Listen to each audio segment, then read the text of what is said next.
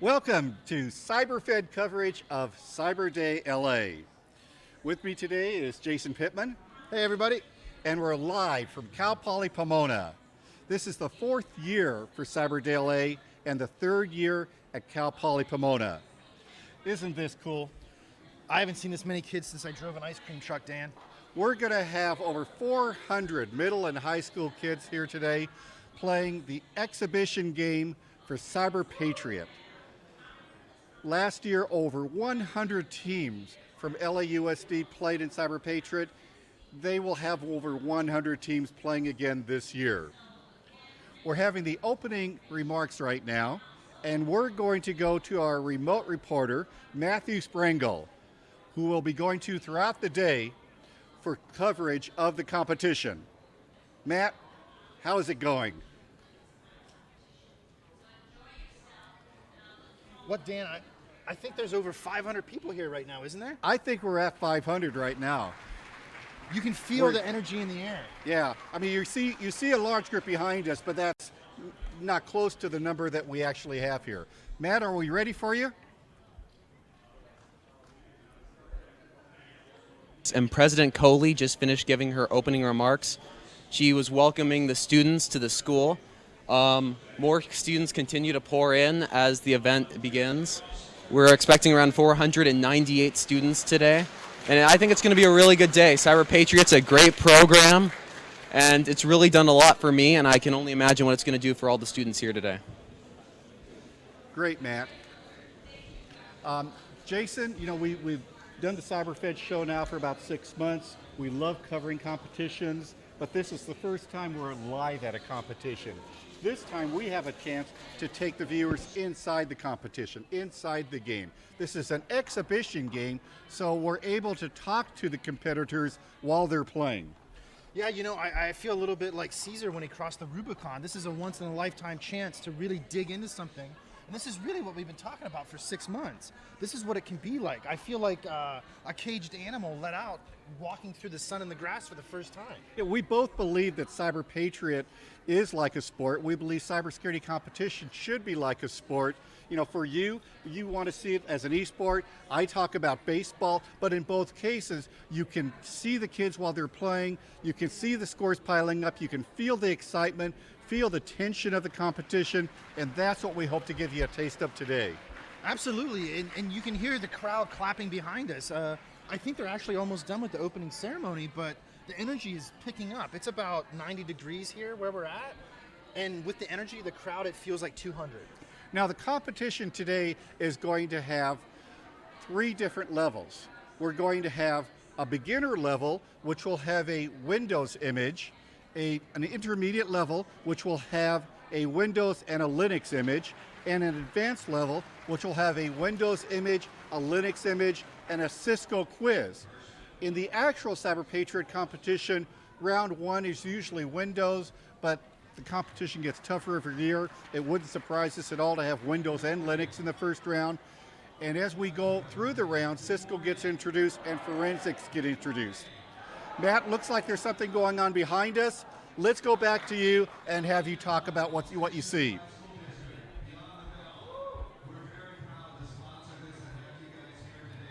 Well, Dan, and I think what I'm excited about in particular while we're waiting on Matt to get ready is in the past, we've talked about competitions historically. Mm-hmm. It's always after the fact. I think this is going to be unprecedented as far as I know, in that we can cover this competition as it's happening. We can get in the faces of the players and find out what they're doing, what they're having problems with, what they like, what they don't like. And there's a rich history in this competition with LAUSD. LAUSD played for the first time in 2011. The first year Cyber Patriot went to an open division, and LAUSD has had teams in the finals of Cyber Patriot every year since 2011. In fact, 2 years ago, North Hollywood High School won the national championship in the open division. Last year, North Hollywood High School is back on the medal stand in second place, so there is a lot of desire this year to have teams in the finals of Cyber Patriot. How are we doing, Matt? Are we ready to go to you? Okay, well, we're going to go to Matt in a couple of minutes.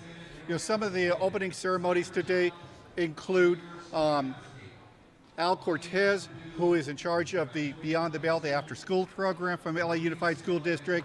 Al will be on camera for an interview in a little while. We have Diane Miller from Northrop Grumman. Diane Miller is the presenting sponsor for Cyber Patriot, and Diane is here today. Diane has been a huge What the heck is going on with of Cyber Patriot across the country and is a Cal Poly alumni. We have our president from Cal Poly here today, Dr. Soraya Coley, and this is the first time that Dr. Coley has seen His a Cyber qualities. Patriot competition, the first time she has seen a cybersecurity competition. We basically have taken over 2 buildings in the College of Business that we have for classes today, because we're on a Saturday, because we don't start the school quarter system until the end of September. We have the buildings to ourselves today. So it's really perfect timing to have the Cyber Day kickoff for the 2015-2016 Cyber Patriot season.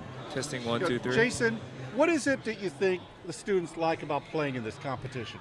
Well, out of all the competitions we cover and could cover in the future, I think Cyber Patriot represents the closest model to an esport right now. It's a level playing field. All teams play the exact same competition at the same time, so it really becomes a game of skill. I think students are attracted to that because they don't have to select from, do we do this, do we do that, oh, this team is 1 for 2. Testing. It's an equal opportunity, and the mechanics of the game are very transparent. The scoring is very transparent. And feel the energy, Dan.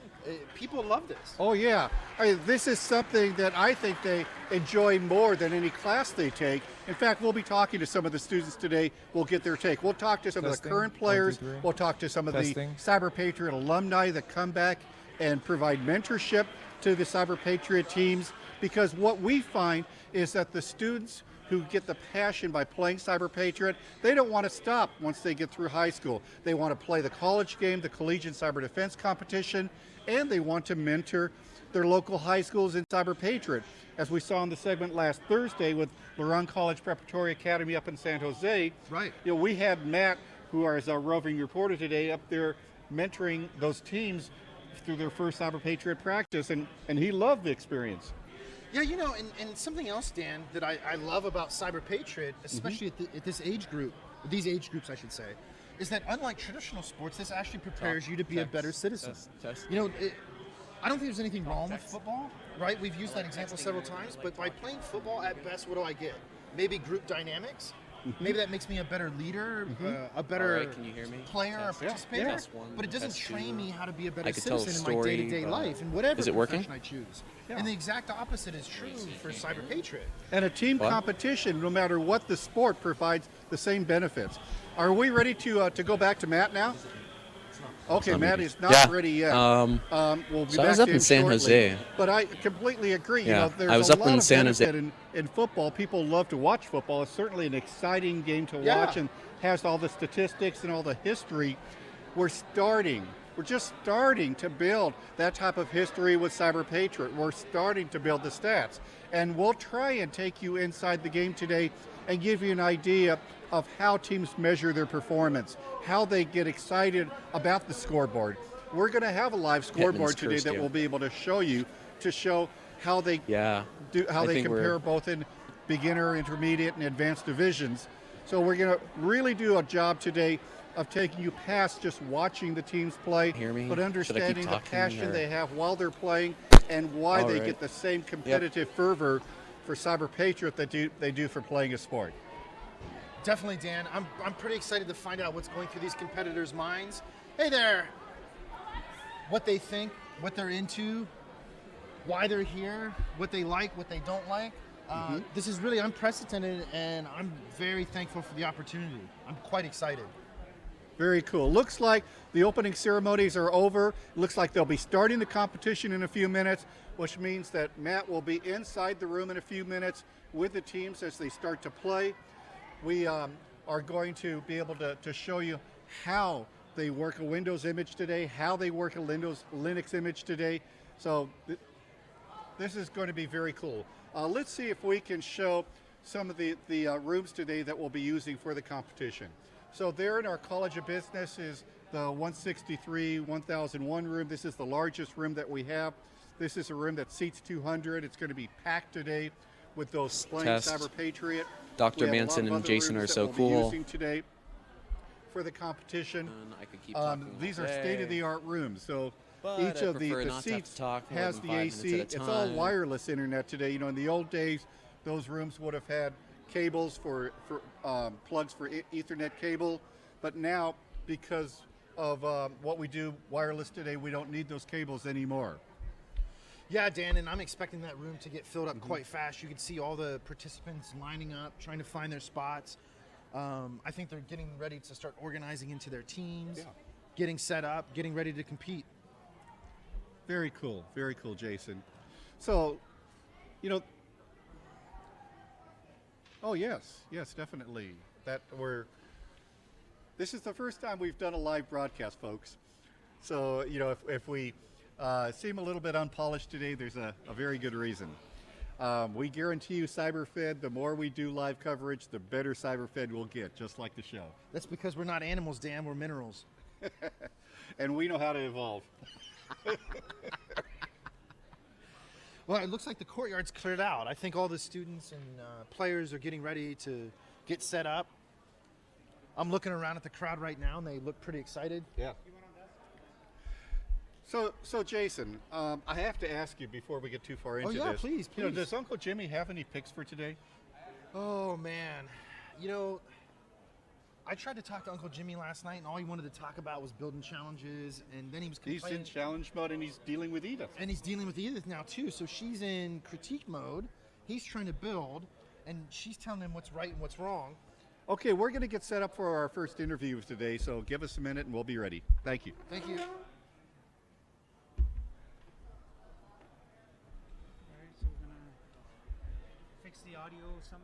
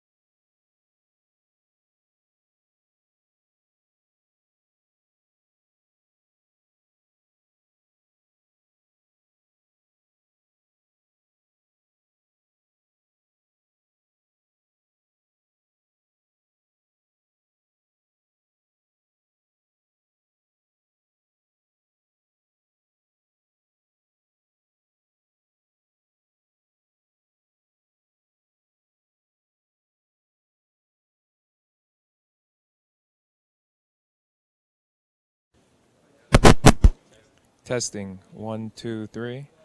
Testing. 1, 2, 3. Yeah. Bring up. Are you getting a source here? Mic 1, testing 1, 2, 3. Mic 1. No, it's because the Teradek's All right. Huh? Teradek's not on. No, he's on 6. You can see it. It's clean.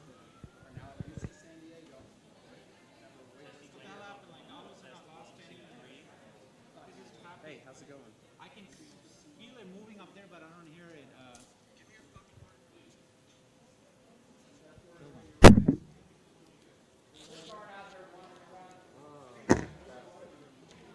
This is this. I don't know. I don't know if it's the adapter. What?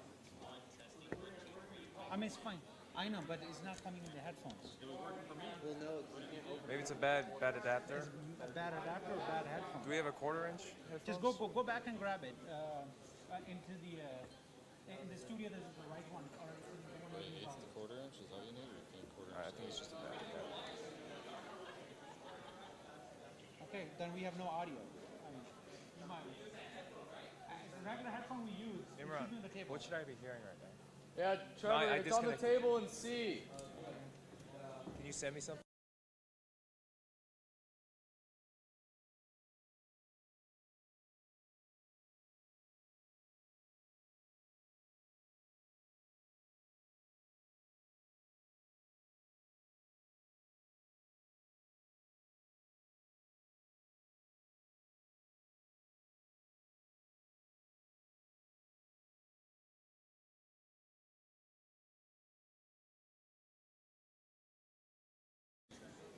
Get down. What are you sending? It's like, no. It's not clean. Oh, why don't we go? It's just buzzing. Wait, so even if I'm standing over here, we're going right next to.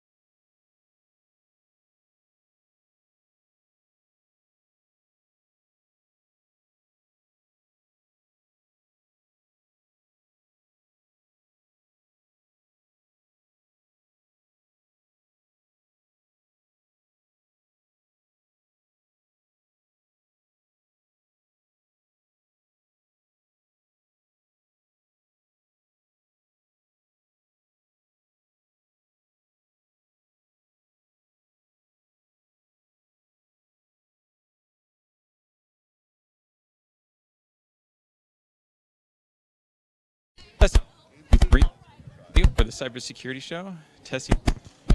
Testing 1, 2, 3. Testing 1, 2, 3.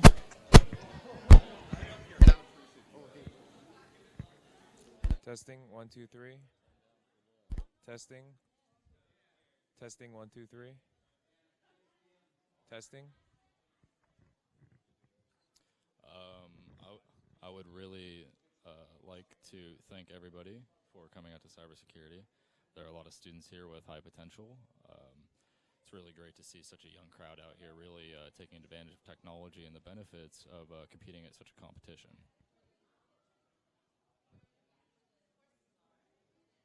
You know what? This is clipping up here. So it's not.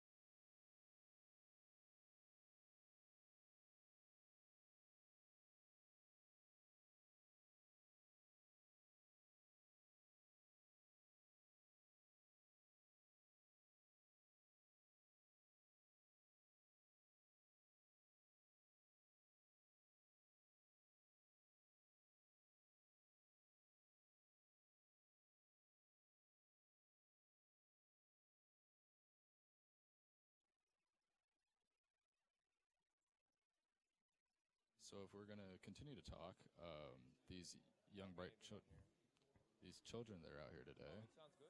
and the high school kids. So if we go away from here, where are we going away from here? We're going to go check out some of the talent.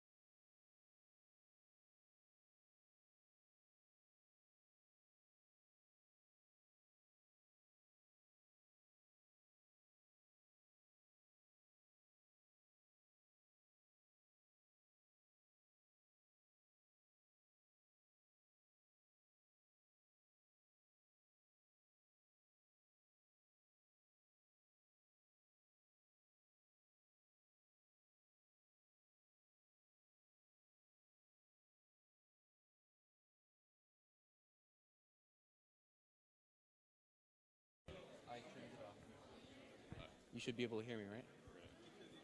Am I on? You sound great.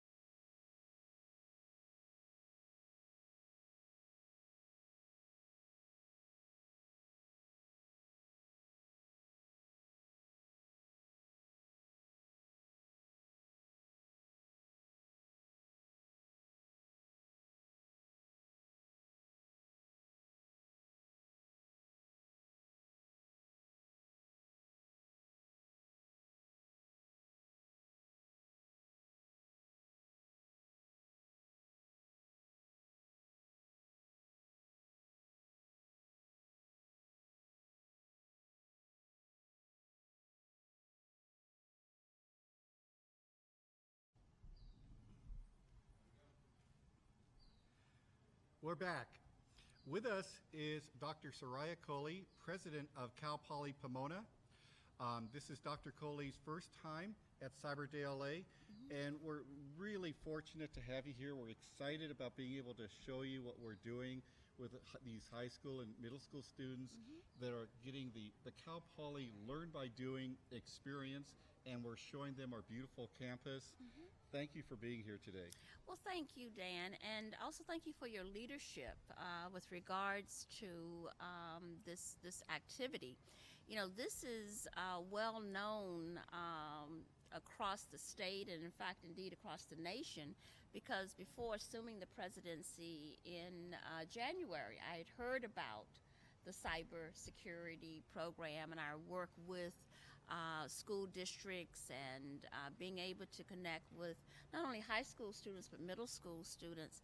And that really reinforces our fundamental philosophy here at Cal Poly Pomona in terms of extending access and opportunity and embedding students in a learn by doing environment. And so I'm just thrilled to be here. I've been looking forward to this, and then we have the outstanding support of someone like Diane Miller, who's a Cal Poly alum, and with Northrop Grumman.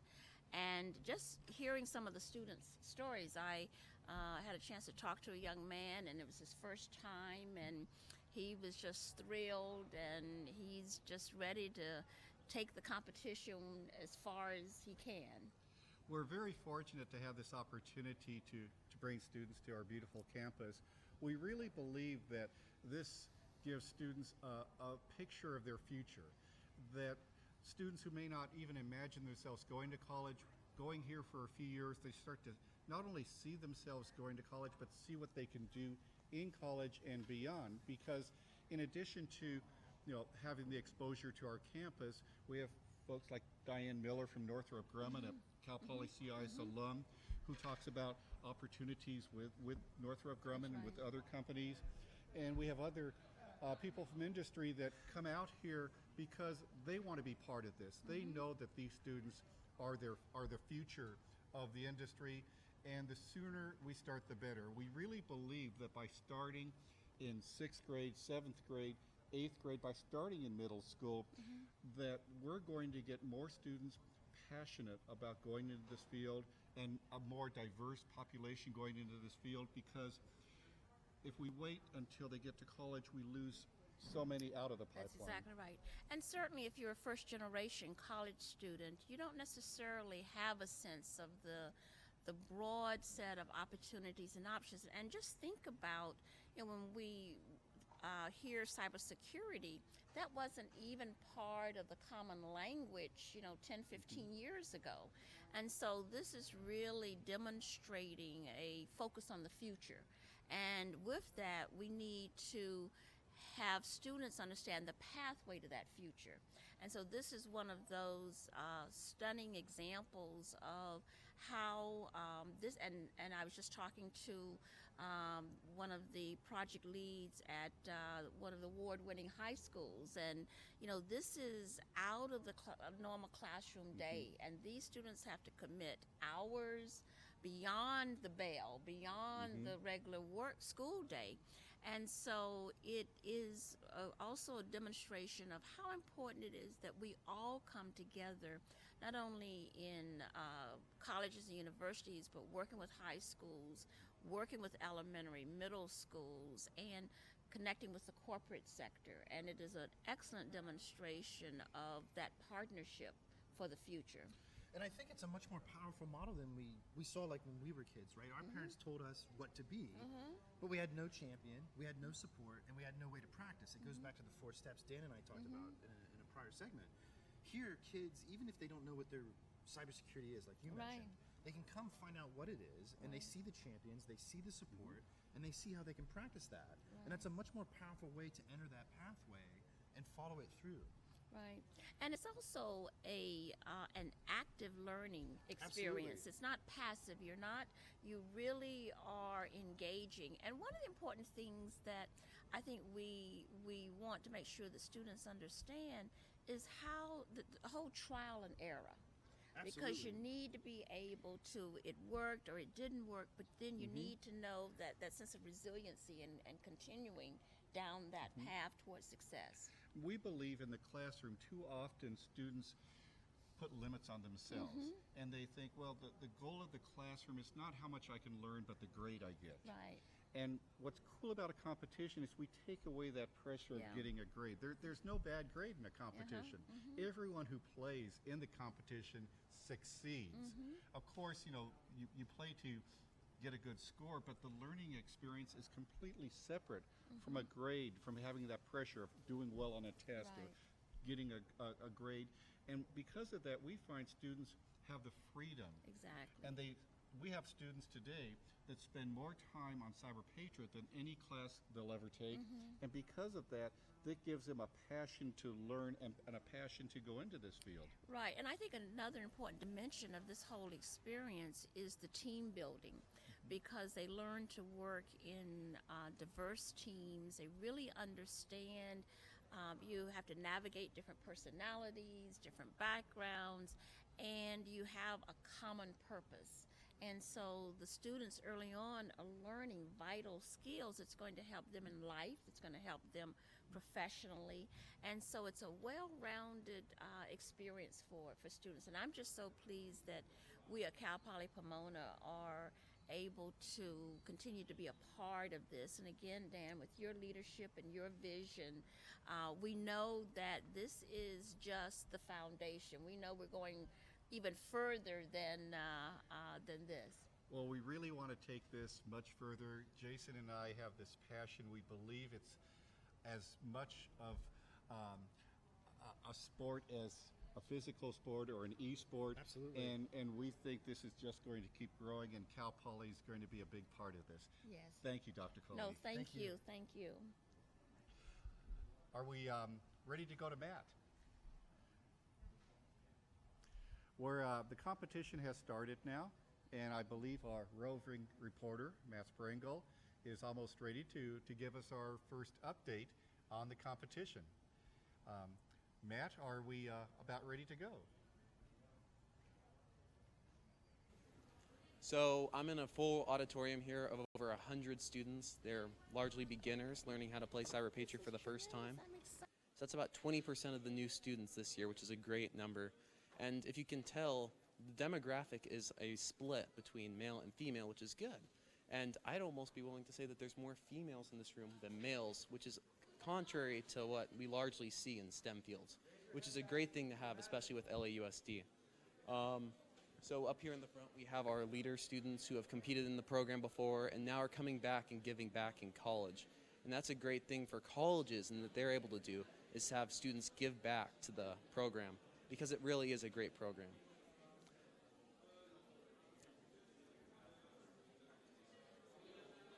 Back to you, Dan.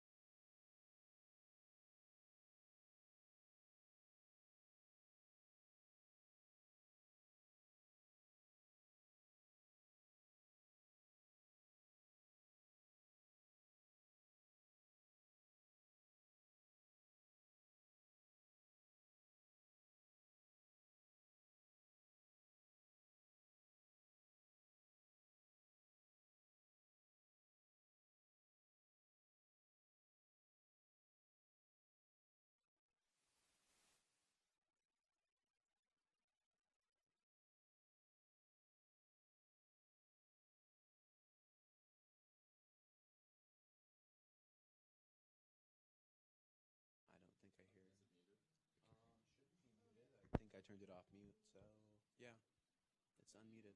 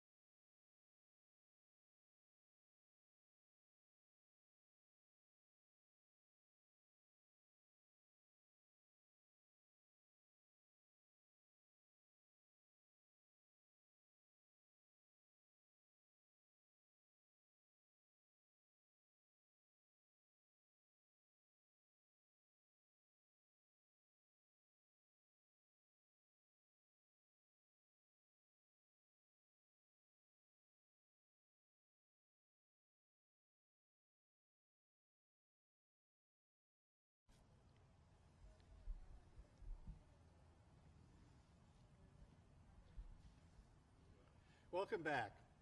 We're proud to have with us today Diane Miller, Director of InfoSec Operations and Cyber Initiatives for Northrop Grumman Corporation and presenting sponsor for National Cyber Patriot. But best of all, Cal Poly Pomona CIS alumni. Welcome, Diane.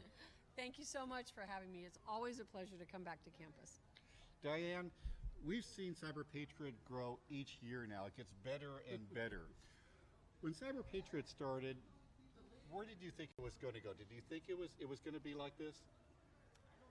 I don't think any of us had any idea it was going to grow this phenomenally. When we looked at the program structure, how it was set up, what the goals were, it was clear it was going to be a very important program in growing the future talent. But I'm not so sure I expected it to grow this quickly, this much. I think a major change happened after the first 2 years. The first 2 years, Cyber Patriot was for Civil Air Patrol, ROTC programs, and then in year 3, the Open Division was created. And now it seems like it's so inclusive. We have Girl Scouts playing, we have Boys and Girls Clubs playing, we have homeschool students playing. What was the decision to open it up? How was that decision made? Well, when Air Force Association approached us about being the presenting sponsor late in 2012, they'd had very good success in the pilot proof of concept kind of phase with junior ROTC. When they approached us, we said, that's nice, but it has to include all students who want to participate. And so we created the Open Division. And as you know, our initial focus was just high school students.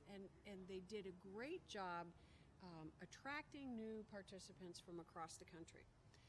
Then when we started seeing that kind of growth with high school students, you guys remember the middle school pilot program? We weren't sure what to expect. We go right at it with PowerPoint presentations, and they're looking at us like we're nuts. And so just introducing the middle school students to virtual machine images and what it's like to go find those vulnerabilities like a little treasure hunt, that was amazing. And then we started really saying, any kind of homeschools, any formal organizations that attract kids that have a formal child protection kind of a policy.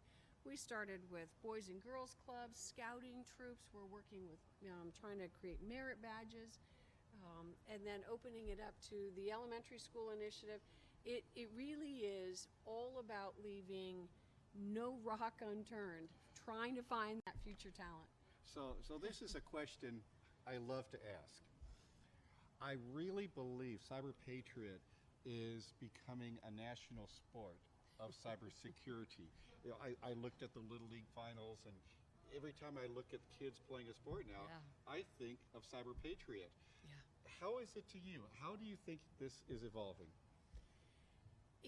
I guess looking at it as a sport is a really nice way, kind of a convenient way to look at it. I see it as sparking something in them as early as possible and having them stay with it to the point where they're really looking every year to better their capabilities, improve their scores. I think the students have gotten much more competitive in this, and they really see it as their path to success. Well, in particular, when you look at the volume of participation, I think that really speaks to not only the demand for something like this amongst our youth, but it also speaks to how inclusive the sport can be, right? When I played sports because I could, right? I had friends that couldn't. They weren't physically capable of playing football. They weren't physically capable of wrestling, whatever the sport was, right? And that only gets more exclusive the deeper you go in. And I look at this as an e-sport being the exact opposite. And the 500 plus kids that are here today playing speaks to that. And that's what I really love about Cyber Patriot and the way that we've structured it. It became apparent that you would see some of those same outstanding teams doing very well every year, making it to the national finals. And what we didn't want to have happen is like with high school sports. If you weren't already playing since the time you were 5 or 6, you weren't going to make it on the high school team. And we didn't want it to be an exclusive club. It was important to be as inclusive as possible. So now with those 3 tiers of competition, somebody walking in with no experience, no knowledge of cyber, really can be a successful competitor in Cyber Patriot. One of the coolest things I saw this past spring was being at the Cyber Patriot National Finals and interviewing the first all-girls team to make Cyber Patriot Finals, the middle school team. And so we did a Cyberfed segment where we interviewed two girls on the team, and you could just feel the passion and the excitement and the joy that they had for playing this. And then we were going back and forth between the girls and their mothers, and the mothers had they were beaming. They were as excited as any soccer moms I think we've ever seen about not only their daughters playing this, but what it meant to their future. You know, and one of the mothers said, "We know this is a male-dominated field, but our daughters are making history." I believe that Cyber Patriot is a co-ed sport, and I think over time it's going to change demographics in the field. Well, and that's what's so important about it. I think what inspires me is to see the number of girls that are coming into this field. It's a wide open field. We need everybody on the playing field in this sport, because there's so much opportunity out there, and the threat just continues to evolve, get more destructive, and it's important that it's co-ed. It's important that it's incredibly diverse, because we need the diversity of thought and experience and education and background, because those cyber problems are so complex. Not any one person is going to solve every problem. Right, and we've talked a bit about this before in the show, Dan, that when you look at it, like you just said, Diana, it's a species problem. And for me, even if I had a child that was interested in technology, it's important that they become cyber aware, whether they want to do it as a profession or not. Exactly. But we also have this huge gap in the workforce that this is a direct pathway for. And to me, everybody benefits from participating. Yeah. I think that's apparent in terms of the growing number of sponsors that Cyber Patriot has. Northrop by far has been the most supportive organization behind Cyber Patriot. I believe that since Northrop became involved, it has given over $11 million to Cyber Patriot, but there are a lot of other sponsors, but I think they see the same thing that Northrop saw, that this is a way to develop the future of the community for cybersecurity, not just those that are going to be cybersecurity professionals, but anyone who needs to have the fundamental understanding of cybersecurity. Well, and that's why we continue to encourage other sponsors to come on board. And even though our foundation has been the presenting sponsor since March of 2010, and we've committed over $12 million, you know, we need a lot more sponsors. And I think what's important is the sponsors that we have and continue to appeal to really do understand that everybody needs to know something about cyber. And all of the sponsors have been so supportive of the elementary school program, the camps, the middle school program. Everybody needs to know about this and how to protect themselves online, and the importance of protecting their personal information. It's not just about competitions and careers, it's about our entire, you call it a species. Yeah, it is. And I think, just real quick, that I feel, having been involved in technology for a long time as a professional and in academia and being focused on cyber, across the spectrum, all of the stereotype threats are eroding. You see more gender inclusion, you see more ethnic inclusion, you see more sponsors getting involved because they're not scared of promoting hacking. Yes. Right? All these barriers to entry are very steadily now eroding, which I think is perfect for the sport. Well, and when we launched Cyber Patriot in the United Kingdom last year, and it's called Cyber Centurion over there, it was clear we have the same challenges. We all face the same global challenges of educating our children and our workforce, and really creating that pipeline of the future. So I'm looking forward to Cyber Centurion too. And I had the same experience when I was in Saudi Arabia earlier this year at King Saud University. Their students, their computer science students, are focused on the same things we are. How do we build more secure software? How do we build more resilient networks and architectures? So we're thinking of this globally. So the evolution is not just the National Youth Cyber Education Program, but the international.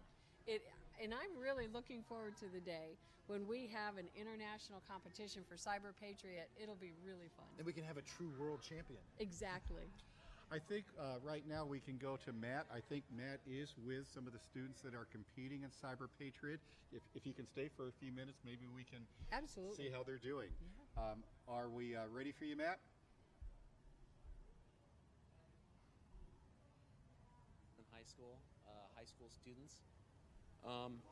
This is a really interesting group because you have some of the students who are more senior and have played a couple of years, and you also have students who are new and are playing this for the first time. So, out of curiosity, what made you guys get interested in Cyber Patriot? Well, honestly, I seemed really interested because they reeled me in like my middle school. And it looked really fun, and I wanted to play the game, so I joined. So a lot of it's kind of like a sport then to you. It's a game environment that kind of makes it really enjoyable. I guess. What made you join? Me, I had a friend that encouraged me to come, and then I wasn't really interested in cybersecurity until like I joined, and it's really fun. I learned a lot of stuff during the year, and yeah, they're my teammates. He taught me a lot of things, which is really great because I learned a lot of new things. And him, he barely started like a couple of weeks beforehand, and he's already learning a lot of new stuff, which is actually pretty cool because he's the one that's helping me right now. That's awesome. So you're helping her right now. So what is your specialty in Cyber Patriot? It's local security policies. Local security policies? Now, if I remember right, there's a lot of points that come from local security policies, right? There is. So, any of you guys as a team doing this in the future as like a career choice? Yes. Yeah. So you all like this idea as a career? Yes. Or cyber or computer science or something STEM related? That's awesome. Matt? So how are you? Yes? How are they doing in terms of the competition? Do they have some points? Have they been able to score? So how are you guys doing on the competition? Do you have scores on your images yet? What are your scores? So a 35 and a 42, that's not bad for the first couple minutes. Can you have the student say how he scored his points? All right, we can do that. So, who is using the Windows image? Jorge. So how have you gotten some of your points, Jorge? We went on user accounts and we changed some of the passwords to make them some more secure. That weren't supposed to be there. Mostly, and delete some and move lots of programs. That's how. Very good. It looks like you have one penalty right now. We uninstalled something, but we're gonna reinstall it. We're gonna try to get that penalty. That's awesome. Good job. Hey, Matt. Can you Yes, ask Jason? them? Can you? It's interesting that they mentioned that it's a game to them. What other video games do they play, and how does Cyber Patriot compare to those games? All right. So, a question from the desk outside. What video games do you guys play? Like The Last of Us, Call of Duty, Halo. I'm more of a Nintendo guy. You're a Nintendo guy? Do either of you? Pokemon? Xbox? So how does Cyber Patriot compare to these different game environments? Compared to it by the feel and like a mission and what you're doing and a goal to the point. Make it to the national finalist team in DC. Very cool. Can I ask you about the elementary school? Do they feel that it's just as fun as those games, Matt? Do you guys feel like it's just as fun in terms of the game as a video game? So let's say a Call of Duty. Well, It might be more like a Legend of Zelda. You have to find dead and stuff, like panels or something. So he said it sounds it's more like a Legend of Zelda than like a Call of Duty is what he's saying. So it's still exciting, but you have to look a little deeper and find flags and such. it's pretty stressful as most video games are, but it's fun too. So do you find yourselves playing more and practicing more for Cyber Patriot or when you play your video games? I haven't really played video games for a while. Yeah. But you've been spending your time doing cyber stuff, right? Excellent. Thank you, Matt. Thank you, Matt. Thank you. Diane, this year, Cyber Patriot started the elementary school program. So now it's possible to start getting up to speed on Cyber Patriot at what age? At First grade? Kindergarten. Kindergarten? Kindergarten. Can you tell us about the new elementary school program? It's really an exciting program. It was developed for us at University of Texas San Antonio in their CIAS. But they had it developed using the students in their Department of Education. So they understood what a child could start to grasp at a very early age. And so it's an age-appropriate program. There's no competition, but there's a K through 3 segment, which is really about privacy and understanding who do I share my personal information with. You know, is it okay if it's not mommy and daddy or my guardian? So they start learning about the basics of, you know, keeping their personal information private. They also get some basics about the things that they're doing on the internet, because we certainly know by 3rd grade some of them have mobile devices and they're playing with iPads and things. So it teaches them a little bit about basics. In the 4th through 6th grade program, there are 2 different kinds of, I'll call them games or events, you know, and it helps them to learn. So it goes back to some of the basics, but also it starts including things like firewalls and intrusion detection systems, and they're starting to learn about some of the basic components of network and system security. So at a very early age, they're starting to pick up some of those, you know, the buzzwords and the jargon that we tend to use in information assurance. So then they're ready for the middle school program. I would expect that the more someone gets involved in Cyber Patriot, the more they become a teacher for their peers about cybersecurity, cyber safety, and their parents. Exactly. And I'll tell you, I like to go to the cyber summer camps that we have with Cyber Patriot and speak to the students, and I can't tell you how many of them say, I went home last night after camp and I reprogrammed our router at home to make it much more secure. So they are really putting into practice these things that they're learning. Cyber Patriot keeps evolving every year. Yes. What's next? What do you see happening in the next year? You know, I tell you, when we put our heads together with Air Force Association and we think about what's next, because we do in 3-year grant cycles, I think for us, it really is expanding into new opportunities, really going deeper as well as broader, maybe deeper into the curriculum and what we can teach. We would very much like to be tying more closely with maybe a national level type curriculum. What are the basics everyone ought to be knowing in our society about cyber? So that's an area of interest to all of us. But also the international expansion is awfully tempting to have that, you know, international competition. Absolutely. You know? I So- watched the championship game for Little League Yes. between the team from Pennsylvania and the team from Japan, and to me that's as cool as it can get for a 12-year-olds playing for a championship.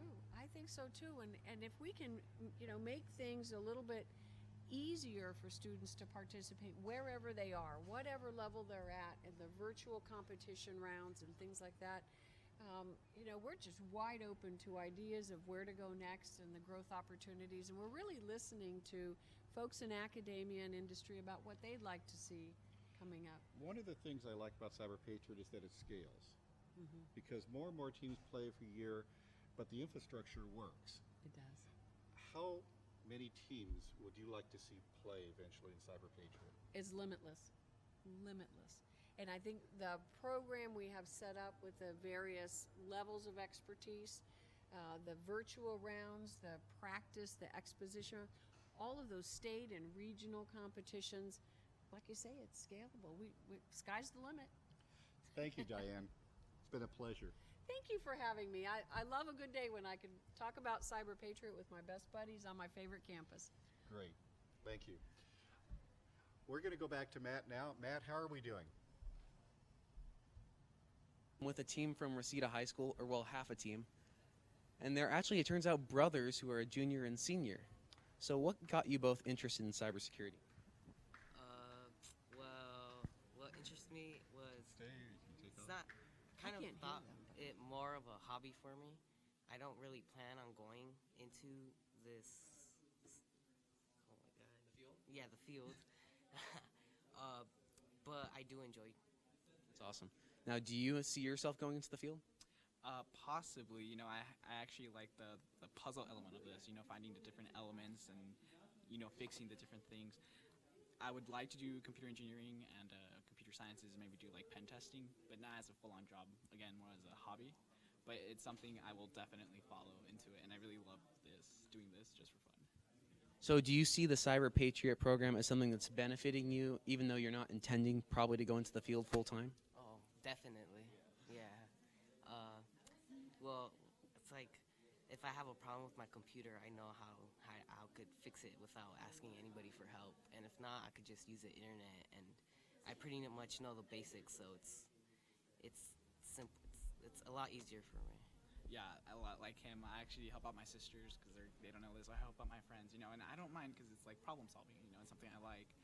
But I also like experiencing the new elements, like Linux. Like this is my first time doing Linux, and I'm just like, what do I do? So now it's just like a new learning experience for me, and I love it. Although it's frustrating right now because it's like competition, but overall it's amazing. So how are you doing on your Linux image since it's your first time? Yeah, this is my first time Linux. I have like a 15 out of 100 points, like within the hour, so it's not bad, I guess. Yeah, 15 out of 100 is not bad at all for your first time doing Linux. Awesome Hey Matt, job. Hey Matt, can you tell us how he was able to get the 15 points? Yeah. He was telling me a little bit beforehand. The way he was getting those points was largely like, changing the passwords and adjusting some of the password settings. And we'll see what he does next. And then how are you doing on Linux? I'm doing pretty well. I have around 30 points out of 100. But this is actually my first time doing Windows 8. I'm used to more of a Windows XP or Windows 7. So you're used to the old style Windows with the different menus before they went to the tile structure. Yes, definitely. Matt, you So played do you think you played Cyber Yes? Patriot for 4 years. How many flavors of Windows did you experience? When I was playing Cyber Patriot, I experienced a wide variety of versions of Windows from Server 2003 all the way up to Windows 8. And, it's going to be interesting this season because we have Windows 10 for the first time to see when at the point in the competition they will go to Windows 10, which is a new operating system and some operating systems that they really haven't experienced yet. It's going to be interesting also because with the early versions of Windows, there were more vulnerabilities. I believe Cyber Patriot has gone back as far as Windows 2000, and I've seen Windows XP every year. But do you think that as we go to the newer versions, there'll still be the vulnerabilities? Yes, I think there will always be vulnerabilities. The vulnerabilities are just going to keep getting more and more sophisticated. Very good. Thank you. So, one of the things I'm really excited about seeing, Dan, and we kind of talked about this in the very beginning of the stream today. Sorry, man, there's a fly flying around me. Is this concept of sport and how Cyber Patriot as a platform for cyber competition games starts to really provide an even playing field. So we've talked before about baseball. If I wanted to play Little League, let's say I'm 10 years old, I can almost go anywhere in the world at this point and play the exact same game. And like Diane was talking about International Cyber Patriot and having this concept of not only a true world champion, but a common stable platform that we can all play across the globe and compete on even playing field and really get a test of skill. I completely agree. One of the things we like about Cyber Patriot is that it's a consistent game. So with Cyber Patriot today, we have a Windows image, a Linux image, and a Cisco quiz. But especially with the images, these are images, virtual images. They're easy to spin up. They're something that can be done on an ongoing basis. And someone who plays Cyber Patriot once can play it again and know that they're going to be playing in that environment. It's the same type of playing field every time. Right. Now the way you score changes a little bit, but it still is the same field that you're scoring on. Right. We talked about with football, you go on a football field, your goal is to move that ball down the field into the end zone. Your goal in that virtual image is to find the vulnerabilities and get the most points. Right. And another beautiful thing to me is you can play this anywhere at any time and you don't need any special equipment. I mean, I think we're at a point now in society where most people either have directly ownership of some kind of computing device, whether it's a phone, a tablet, a PC, a laptop, whatever, or they can get access to one at a friend's house. you don't have to worry about the weather, right? I remember being very frustrated as a kid wanting to go play a pickup game of baseball, and it ended up raining in the afternoon, so you can't play. Yeah. This is always on, it's always accessible, and it's directly germane to their lives. And you can see the passion in their eyes where they're starting to equate it to something. When you look at Call of Duty as a AAA title, a video game, and the amount of investment that goes into the production of that based on how much it's played, how much it's engaged in a professional setting like an MLG, we have that already, and you can see it in these kids' faces. Yeah, we just have it as at a fundamental level. I mean, there's no reason that this over time can't become as cool to play and watch as a video game like Call of Duty. It takes that type of commitment, that type of investment. But I think the community, once we make that investment, is there. This is a growing community in Cyber Patriot. Absolutely. I go to more and more schools every year. People want to play Cyber Patriot. People who do play Cyber Patriot want to keep playing Cyber Patriot. In fact, the school that we profiled this week, Laron, up in San Jose, is playing in Cyber Day LA today. And I think we should maybe try a remote call to see how they're doing. I think that'd be really fun later to find out, because this is their first one, right? Yes. And they're doing it remotely. I think it'd be really interesting to see what their experiences are. I'm going to ask our roving reporter to do us a favor. Is Matt? Matt, are you there? Okay. Well, we're going to ask Matt to make a call up to Laron, because these are kids who are completely newbies. They're completely brand new to Cyber Patriot. And one of our students actually is up with Laron today. He's doing an internship at Facebook this summer, and so Facebook was kind enough to let him go over to Laron today and get them started in the competition. But it would be really cool to see how these students that we profiled this week are doing playing their first competition. So Matt, when you have time, please give Ben a call, and let's put him on speakerphone and have him give us an update on the Laron experience in Cyber Day LA. Yeah, I think it'll be really interesting to find out, what did they think going into this? How did they prepare yesterday? Did they sleep extra, right? Did they put on their magic underwear to give them good luck? What rituals develop? And now that they're starting to do it, what do they think? What do they think is good about it? What are they having fun with? What isn't fun? Well, we know why people play video games, because it is addictive. Yeah. It is something that when you play, you may not be very good, but there's a level 1. And once you get past level 1, you don't want to stop. You want to get to level 2. But there's always another level. There's always more to the game. A good video game makes it easy to play, easy to start, and very difficult to master, but it makes you want to keep playing.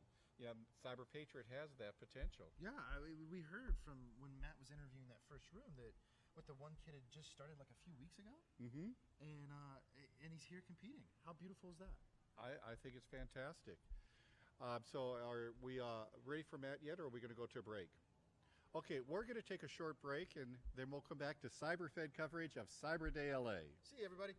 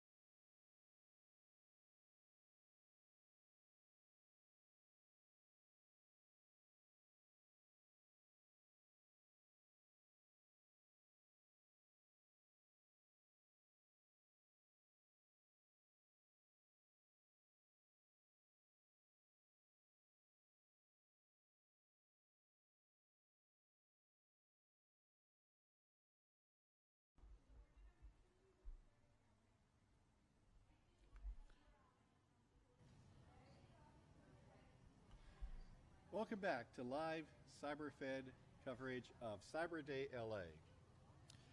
With Jason and I now is Jay Geringer from North Hollywood High School. Jay, the last 2 years, has had teams win the national championship in Cyber Patriot Open Division and finished second in the national competition in the Open Division. Jay, congratulations on the success the last few years. How do your teams look this year? Well, all my kids that competed in the finals last year, not only the second place team and the team that took fifth, you forgot them, I've kind of graduated and they're off to college right now doing CCDC. So I've got some new kids. The team that took third place in California last year is coming on strong, and I'm real hopeful. I would expect when you started at North Hollywood High School, there are people on campus that questioned, why are you doing this? Why are you doing Cyber Patriot? But with the success of the last few years, is Cyber Patriot now on a par with other competitions, science fair, academic decathlon? Well, at my school, we're the big gorilla now. I mean, we don't have the long-standing tradition of some of the teams, but you know, the kids are only in high school for 4 years, so their memory isn't all that long. What has your administration said to you about what you've done with Cyber Patriot? Oh, they're real happy because they see the kids working hard and they see the success we have, and they always appreciate excellence. So once in a while I get asked this question, aren't you afraid that you're going to teach your kids something and they're going to go get in trouble, they're going to do hacking, they're going to become bad? That hasn't been your experience. Well, not that I know of. You can do what you can, and the kids are going to go and make of anything you teach them maybe to do evil. And that's why you got to teach them ethics and fair play along with the knowledge. And you know, if they're going to do bad, they're going to do bad in robbing stores or hacking. It's just another crime, and you got to lead them down the right road and see if you do the right thing and the good thing, that there's success and there's happiness. Ethics are fundamental to Cyber Patriot, and it's a defense competition. But I also believe that with your students, once they go down this road, they start seeing this as a pathway to college, they start seeing this as a possible career. They see all the positive benefits of becoming good. I've certainly seen that. There's a lot of kids heading towards computer science degrees in the groups that I had just graduate. And you know, they see it's a good career, that there's lots of job opportunities, and it's something to pick. How do you recruit students? You know, I don't have to try very hard anymore. I just kind of have to make announcements and say, hey, we're going to do Cyber Patriot, come and join.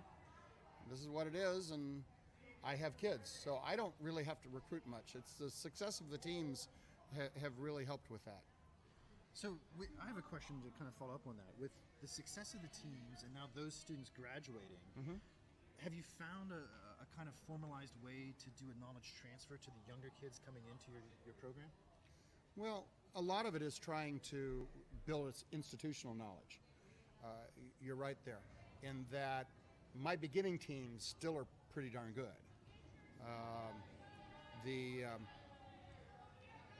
Like I said, last year, yeah, my teams of mostly seniors took first and second in the state, but the third place team was freshmen.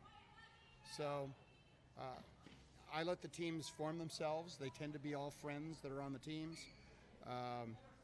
They help one another out. You know, the older, more experienced teams are happy to assist the youngsters. I'm there.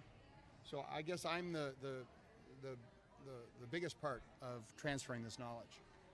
Well, and I think we see that in traditional sports too, when you have state championship baseball teams or football teams or soccer teams or whatever. There's a bit of knowledge transfer between the students because they're in the same peer group. Yeah. But you really look at the administration of those teams, the coaches, the mentors, right. Even the parents. And it seems to me that they serve as that rock bed, that foundation to keep what's good. Yeah, it's another connection to what, it's another connection to passing that knowledge on. But really, there's once you get up to that level, there's battles you don't have to fight in running a team. It's like I was in my school building with the alarm turned off at 7 a.m. this morning to go and get my kids off and going. As a first-year coach of anything, I'm not going to have the ability to do that. They're going to say, no, 7 a.m. is too early. It's just when you're successful, when you've proven that you can be successful and that you're doing good things with kids, people want to help you, and they also don't want to get in your way. We're going to go to Matt in a few minutes. I believe he's with one of the North Hollywood teams, but I'm very interested. You've had tremendous success, but you started someplace. When you started, you didn't have championship teams. What was the motivation to get started, and how did you become good? Become good. Our first year doing this, we finished in about the top, our teams finished in about the top half of the country. And we knew we were doing a lot of things right. And the organization they have out here in Los Angeles to help you get started was a real benefit. But, and certainly all the partnerships with the local university. But we just kept working on it. And that group I had that first year, the second year they just kept working. But then we started placing really high.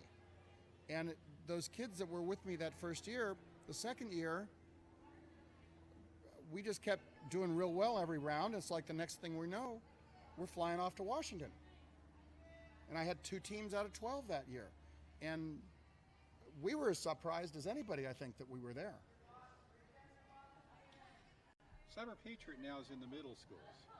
The past few years, there's been a middle school program now. A kid going into 7th grade can start playing in a Cyber Patriot competition and play through middle school, playing to high school.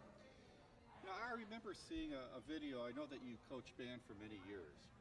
And I remember seeing a video clip where you talked about how you actually did outreach into middle schools for band.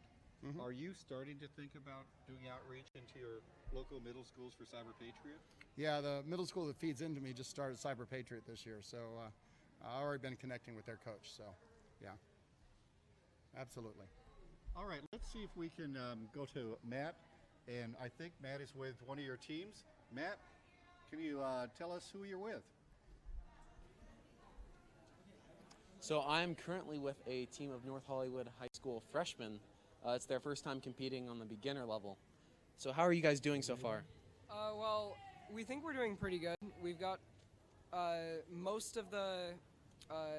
we've secured most of the computer and in pretty good time, so I think we're doing pretty good.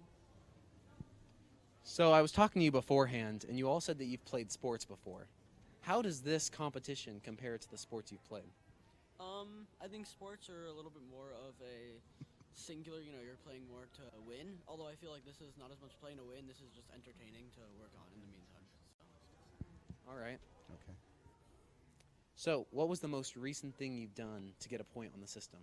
Well, generally, you update things last because it takes time and you want to be able to get points really quickly, so we just updated Firefox really recently, and that was our...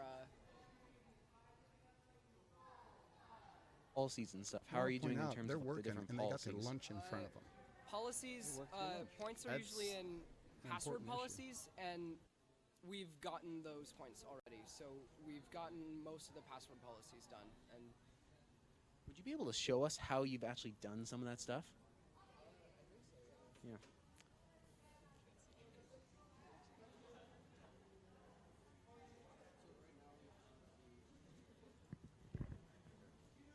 So you can go, most of your work is going to be done out of computer management. So from here you can access users and change passwords, disable users that aren't allowed to be using the computer, change the administrators. You can also check the files and services. And shares as well, so you can use this to check if there's any malware on your computer or any services that shouldn't be allowed. Matt, can we And then zoom in you a can little bit more also on the screen? change security policies and also check the shares. So if there's any folders that are shared that aren't default Remember, window these shares, guys are about 3 weeks then in you can on delete them Cyberpatriot. and then further secure the computer because you're not sharing files that shouldn't be shared.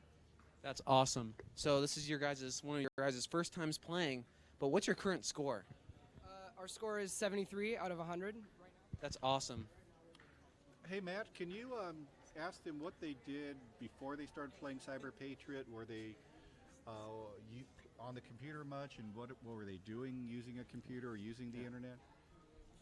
All right. So what were you guys doing before you played Cyber Patriot? Like, was computers a hobby? Were you doing it for fun? Were you playing video games? Or what did you do on the computer that kind of interested you in cyber? Well, it's sort of a hobby. I just was really interested into this, and you could get a lot of career options out of this, so I did that. And we also all play video games, so it's kind of interesting to get together and work on computers with our friends. I've worked on computer programming before, and even when I was just getting oriented with NoHo, one of the first things I made it a big priority. I really liked the Cyber Patriot program, so I was really looking forward to it for a while, and I'm glad that I get to do it now. Very cool. So what video games do you guys play? I'm the one who doesn't play video games. Well, that might make a difference. So what do you guys do? We play a lot of PC games now. I know Greg plays CSGO, Counter-Strike Global Offensive. We play some League of Legends too, and then all of us in the past have played Nintendo games, which are generally like classics. So you obviously recognize the sound that you get when you get a point in Cyber Patriot, right? So for those of you who don't know, every time you score a flag in Cyber Patriot or you correct a vulnerability, they play the sound when you get to the end of a Mario level and you hop on the flag pole. So, Matt, it seems that they've known each other for a while before they started playing today. Is that part of the fun, but being able to do this with friends? you know, I think when you do it with friends, there's a sense of teamwork and a more tight bond of a group. And I think that really helps you, especially as you get into the later rounds, because you start spending more and more time with each other. And when you do that, it's always good to be friends, because otherwise, if you're working with your enemies or someone who you don't like as much, it's much harder to work together. Matt, you started playing Cyber Patriot in 9th grade. When you played the first year, how did you form your team, and what was your first year experience like? You know, the first year I played Cyber Patriot was actually the first year they opened it up to schools outside of Florida. So that was back in Cyber Patriot 3. So I was part of an ROTC program in high school, and they had an option with this new cyber team thing. I'm like, oh, I'm good at computers, and so I tried it. Now, was I as good as computers as I thought I was? Probably not. But over time, I was able to learn and develop through awesome mentors from industry. Very good. Now, do these kids look at how prior teams have done in North Hollywood, and is that what they're aiming for, or is their goal to get to the finals? Yes, I was talking with them beforehand. Their definite goal is eventually to make the finals. But you know, North Hollywood's always been putting out a strong team. I remember the year that my team went to the finals was the year North Hollywood won for the first time, and that was a really cool experience training with them, and you know, competing in the finals, even though we weren't in the same bracket. It was a really cool experience, and I think these guys are going to end up doing really well over the next couple of years. So Matt, quick question for the team there. Are they at all aware of how other teams are doing, or are they concerned about other teams' performance, or are they solely focused on how they're doing? So, are you guys concerned about how the other teams are currently doing? Are you looking at the scoreboard and seeing what the Windows scores are? Or are you kind of just like, we're going to go with the flow and do as best as we can? It started out more as like we're gonna go with the flow and do as best we can, but I mean, it got competitive. We're now, we're looking Once we stopped getting points really rapidly, we started to say, okay, we don't really know what we're gonna do, so let's look at how the other teams are doing. Maybe we're really behind, or maybe we're ahead. We should probably know at this point. Yeah, that's awesome. Good job, Matt, guys. what is their team number? What number are they? What team number are you guys? Do you know? They are 45. 45. Okay, we're going to go to the scoreboard, and let's see where 45 is on the scoreboard. Is there a way we can make that a little bit bigger on the screen and kind of zoom in to see 45? Is the way we can zoom on that screen? Now, Dan, here's we the go. thing. That's what I want to see. Is they're competing on one image, so they're only going to have partial the points because most Right, teams are competing on 2 images out of 200. They're in the beginner bracket, which means the Windows image is their only score, but we have on the scoreboard the scores by image. So we should be able to find a 73. Oh, okay, it's a combined. We don't have a by image score. But we can still go down to 45. If we can go down to 45 and highlight 45 and Yep, there they are. Right, because you know any team over 100 is using more than one image. And Right. what you want to find is the team that has one image on the left. You see that second column has the number of images they have open. So if they're a beginner team, they're going to have one. And see, at least on the view we have here, you don't see anybody above them with one image open. If you scroll up, you only have to go to about 100. Yeah, you want somebody under 100, but so this team is in first place right now in the beginner division. Jay, when your teams are playing this during the season, do they scoreboard watch? oh yeah, they scoreboard watch. It was a little crazy today with what their team number is. When it's in the regular competition, we know way ahead of time what our number is, so everybody knows what their number is.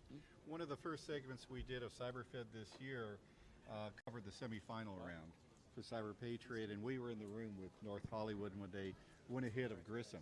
That was pretty exciting. I'll bet your team was over the moon at that moment. They were high-fiving each other. Yeah, at the moment, yeah. It was almost as if they went to Wally World. Well, you know, with that group last year, there was only one team in the country that they had their sights on, and that was Grissom High School from Huntsville, Alabama, because they knew that they were going to beat everybody else. So all year long, it was back and forth with Grissom. Raises a question about Cyber Patriot. The number of teams keep growing, the number of interests is growing, but the last 2 years we've had in the open division the same 3 teams on the medal stand. So a year ago it was North Hollywood 1, Grissom 2, and the team from Missouri, Sutter Tech. Sutter Tech? Tech was 3, Yeah. and this year it was the same except the Grissom North Hollywood switched places. Is this the type of sport where we're going to see a few teams consistently on the medal stand, or is it going to switch up every year? You know, we haven't seen that yet. I mean, this was really the first time that you'd ever seen a team repeat. And usually it's, matter of fact, the teams that won, their school didn't even have a representative in the finals the next year. But we're getting to see some teams that are not only in the national finals every year, but are placing in the top 3. So this coming year will be interesting because basically all the kids on those top 3 teams have graduated from high school and are going to college now. So, you know, this isn't the type of activity where you know you're going to have the same strong team every year. You know, the students move on and you have to start from scratch. But what are the types of schools that succeed in Cyber Patriot? I know the first few years we saw a lot of academies competing, and LAUSD is not that type of school district. You're Yeah, a public school, and we were wondering, do public schools ever get on the medal stand? And then you proved that can happen. Well, you know, it's interesting because I have looked at this, and it's the public schools that are winning, but you're just getting a wide variety because you get schools that do well that are technology academy programs. So there are kids that come from the local area to go to a more high-tech school. You also have schools that are just having really academic kids. I mean, that's the way we are. It's like there was one session last year that there was a little pause in the room because everybody knew exactly to the minute that MIT was releasing their college acceptances. And there were a number of kids in the room that were on competing teams that were waiting on that. Mm-hmm. My MIT kid had already gotten early admission, so it wasn't an issue. Well, one of the coolest things Yeah. that I saw at the Cyber Patriot Finals is I interviewed a young woman who had her sights set on MIT, and she was checking for that message. She was Yeah. going to get the message later that day. Yep. And then that evening, she's up on the medal stand, and she announced to the audience, I have to tell you, I just got accepted to MIT. Yeah. Which is one of the coolest moments I've seen in the finals. Well, and it seems to me, and I think we're ready to go to Matt in a minute, but it seems to me it goes back to what we were talking about earlier with what creates that bedrock of knowledge, in that as long as you have strong champions and strong support in your program, the type of school you are, or even the socioeconomic background of your students really doesn't matter. No. I mean, yeah, most of the schools that compete in Cyber Patriot and do well are from wealthier areas than we have here in Los Angeles. But you do see just a wide variety of kids, whether it be the super highly academic ones or the ones that are just taking a very technical computer-based education, and this is just their life. Right. Are we ready to go back to Matt? Matt? All right. I'm here with two students from Cleveland High School, and they're competing on the intermediate competition level. Now, the interesting thing about this team is there were two other students on this team who were planning on being here today but couldn't show up. So this team, though, they stuck it through and are continuing, and each has to focus on one image because there's two images at this level. That definitely makes it more difficult. So how are you guys doing right now overall? He's doing pretty good. He knows what he's doing. Me, I am slowly meandering my way through everything that I think I know how to do, and slowly everything is not crashing and burning, so I'm taking that as a good sign. So you're working on Linux, correct? So what is one of the hardest things you've found so far working on Linux today? The hardest thing is probably they're asking me to configure like an OpenSSH server. I have not figured out how to do that, and quite frankly, I have no idea how. But yeah, hopefully I'll be able to do it. What is one of the coolest things that you've kind of been able to do today, like a challenge that you might have thought at first, I'm not sure if I really know how to do that, but I was able to find a way to do it? Let me think about that a second. I can't think of any aside from the OpenSSH server. You know, that's the one I'm pretty sure I'm not going to be able to do. But everything else is kind of within my grasp. Sounds like you're doing a good job so far. Now, how's the Windows image in the intermediate level? I'm doing pretty well. I'm not doing like the best, but I'm up there, I guess. It's like a B average, I guess. So. Well, I'm pretty sure a B average is pretty darn good, all things considered, especially in Cyber Patriot. Especially when you get to the more upper levels and you're working on two images at the same time and you're trying to balance resources. I know it can be very hard and difficult. And I personally have never liked Linux that much and have always had kind of struggled with it. So it also helps when you have other teammates who you can bounce stuff off of. Thank you, Matt. So one of the things that I notice in this competition, especially if you keep advancing into the later rounds, is they just keep throwing more and more stuff at you. And teams are allowed to take notes in, correct? Yes. For your teams that go to the finals, how many pages of notes do they prepare? You know, for the finals, not many, because for the earlier rounds, they're 6-hour-long rounds. So the kids have plenty of time. By the time you get to the national finals, they just don't have time to look at their notes. I mean, because they just got to be working all the time. And it's a very different competition.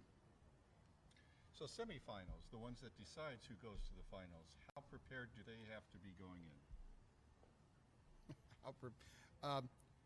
You're just absolutely right that they make it harder every time, and you just know you're not going to find everything that's wrong, every security problem and vulnerability with these images they're working on. So you just have to go in and do the best you can, and hopefully that what they throw at you is either going to be something we've prepared for because North Hollywood's seen it in the past, or it's something that can be Googled and the kids can figure out on the fly how to fix it. Yeah, I've heard that term, that you have the ones that have hands on the image, and you have the ones on the team, because you can have 5 on a team that are Googlers. How do you succeed as a Googler? Well, I don't organize my teams that way, but my people are all hands-on. Sometimes in the early rounds, just because you have 5 team members and you have 2 images, it's like, okay, we got to have somebody that does the research to keep them busy. But it's just all different. Hopefully you have kids coming in that understand how to use the search engine. And we talk about it a little bit, because kids, as much as they think they're experts at search engines and finding things on the internet, they're not as good about the internet as they need to be. I mean, that's one of the advantages those of us that have been around for a few years have. The search engines weren't as good when we were learning how to use the internet, so we had to carefully phrase how to get things. But so it's kind of interesting that the role of a Googler can almost serve like a bullpen of sorts to keep the students that are not active warmed up and engaged in the mindset that it takes to be successful. Do you agree with that? Yeah, because I don't like the term Googler. I usually have a research team. But yeah, I mean, it keeps them going. And the idea, though, is to get these kids to share the workload. What is difficult for many about Cyber Patriot is that it's not just a sport, it's a team sport. Right. And in schools these days, in recent years, we've been doing a terrible job teaching kids how to work with one another. And yet that's what the real world is like. I mean, very few people have jobs that's just you and you don't have to work with anybody. But that's what we've been training them to do with schools. Now, the Common Core standards actually are better with teamwork than the older standards used to be. But still, you got to get these kids so that they don't try and do everything on their own, that they will pass off some, hey, find this out for me, go. And then they go off and do something else. Right. And that's the way the real world works. You delegate to somebody when you need to do something. But it's just another one of the great things about Cyber Patriot, because it does teach them how to work in an academic way as part of a team. I'd like to talk to you for a minute about the role of the coach, because although you had some computer background, you definitely didn't have a cybersecurity background, No. and your main focus in terms of working with teams until a few years ago was the band team. Right. But there are a lot of schools out there where I think they're looking at Cyber Patriot and trying to decide, is it something that our students should do, and their teachers thinking, should I try and be a coach, but I'm not technical, or I don't know cybersecurity. What do you say to the schools out there that are looking from the outside in, and the teachers that are on the outside wondering if it's something that they should jump in on? Yeah, I've probably learned 99% of what I need to know for Cyber Patriot since I started it. It's not as hard as it looks. There's an entry-level set of learning that is less about the competition and more about the mechanics of competition. So if we're talking football here, it would be more along the lines of how to line a football field, or how to put your pads and helmet on properly, how to order the pads and helmet in the first place. So it's all stuff you can learn. And the good thing is you get the feedback, you find out when you get something right, it's not a secret, and you just keep learning. I mean, that's how we moved from just being a top half in the country our first year to being among the elite 12 at the end. The second year is that we just kept our eyes open and we kept trying things. It's like there was a month our first year, after the competition was done, we looked for rootkits. We never found a rootkit. We don't look for rootkits anymore. They're not part of the Cyber Patriot competition. Jason and I have talked about a 4-step program for succeeding in Cyber Patriot, CSTP. And the first one is C is a champion, which can be the coach, but there needs to be an internal champion at the school. It can't be something that's mandated for a school. You have to have someone at the inside that really wants to take the lead. But it could be a kid that wants to do it. And then the second step is support, but I think if you have a champion, the champion can get the support. I mean, you've proven, you've known how to reach out to academic partner and industry partners to get support for your team, but the champion is the one that can bring in that support.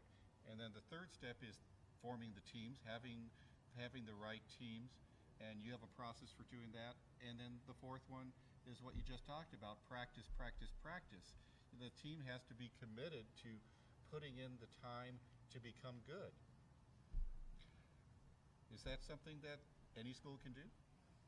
Yeah, because I think in general schools appreciate things that kids like to do. So anytime you have something that looks like it's good for kids, that is keeping them engaged, especially if it has an academic bend to it, and with the whole STEM thing going on right now, this is just has so much good for it because it's helping with the technology. It's the type of thing that girls are just as good at as guys are, and it's more of a desire. I don't find it hard working with these kids. Is that the skills that you need to succeed at Cyber Patriot and in cybersecurity competitions they're life skills. They're working with the team. They're staying focused. I mean, the Cyber Patriot rounds are 6 hours long. So that's something that, yeah, the younger kids have problems with. But the teams that succeed are the teams that are able to overcome that 6-hour challenge. I've seen your team score in the last 15, 20 minutes. I've seen them score the last 2 minutes of a 6-hour round just because they keep working and keep working. And that's because of that team chemistry that they have. How do you build teams?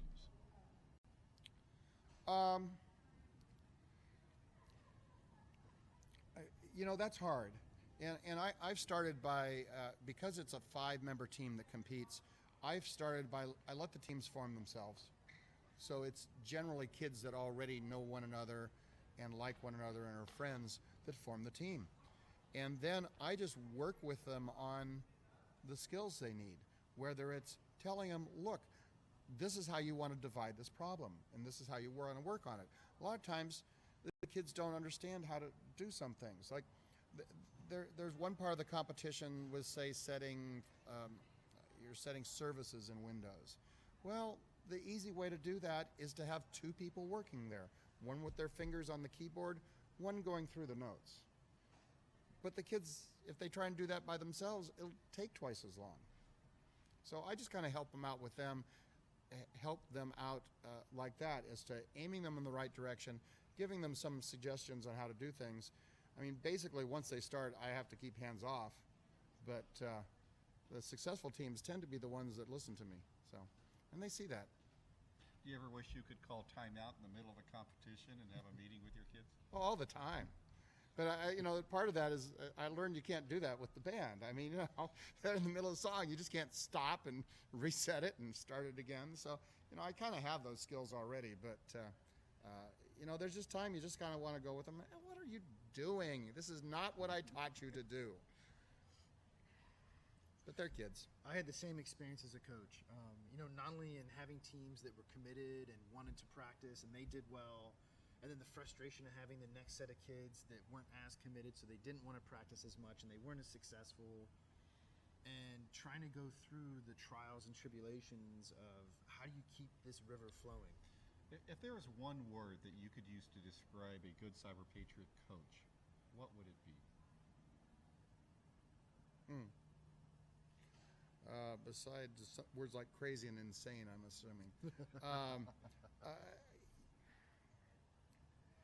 The one word is hard because you just need to be different all the time. I mean, these are teenagers we're working with, so there's the whole teenage thing.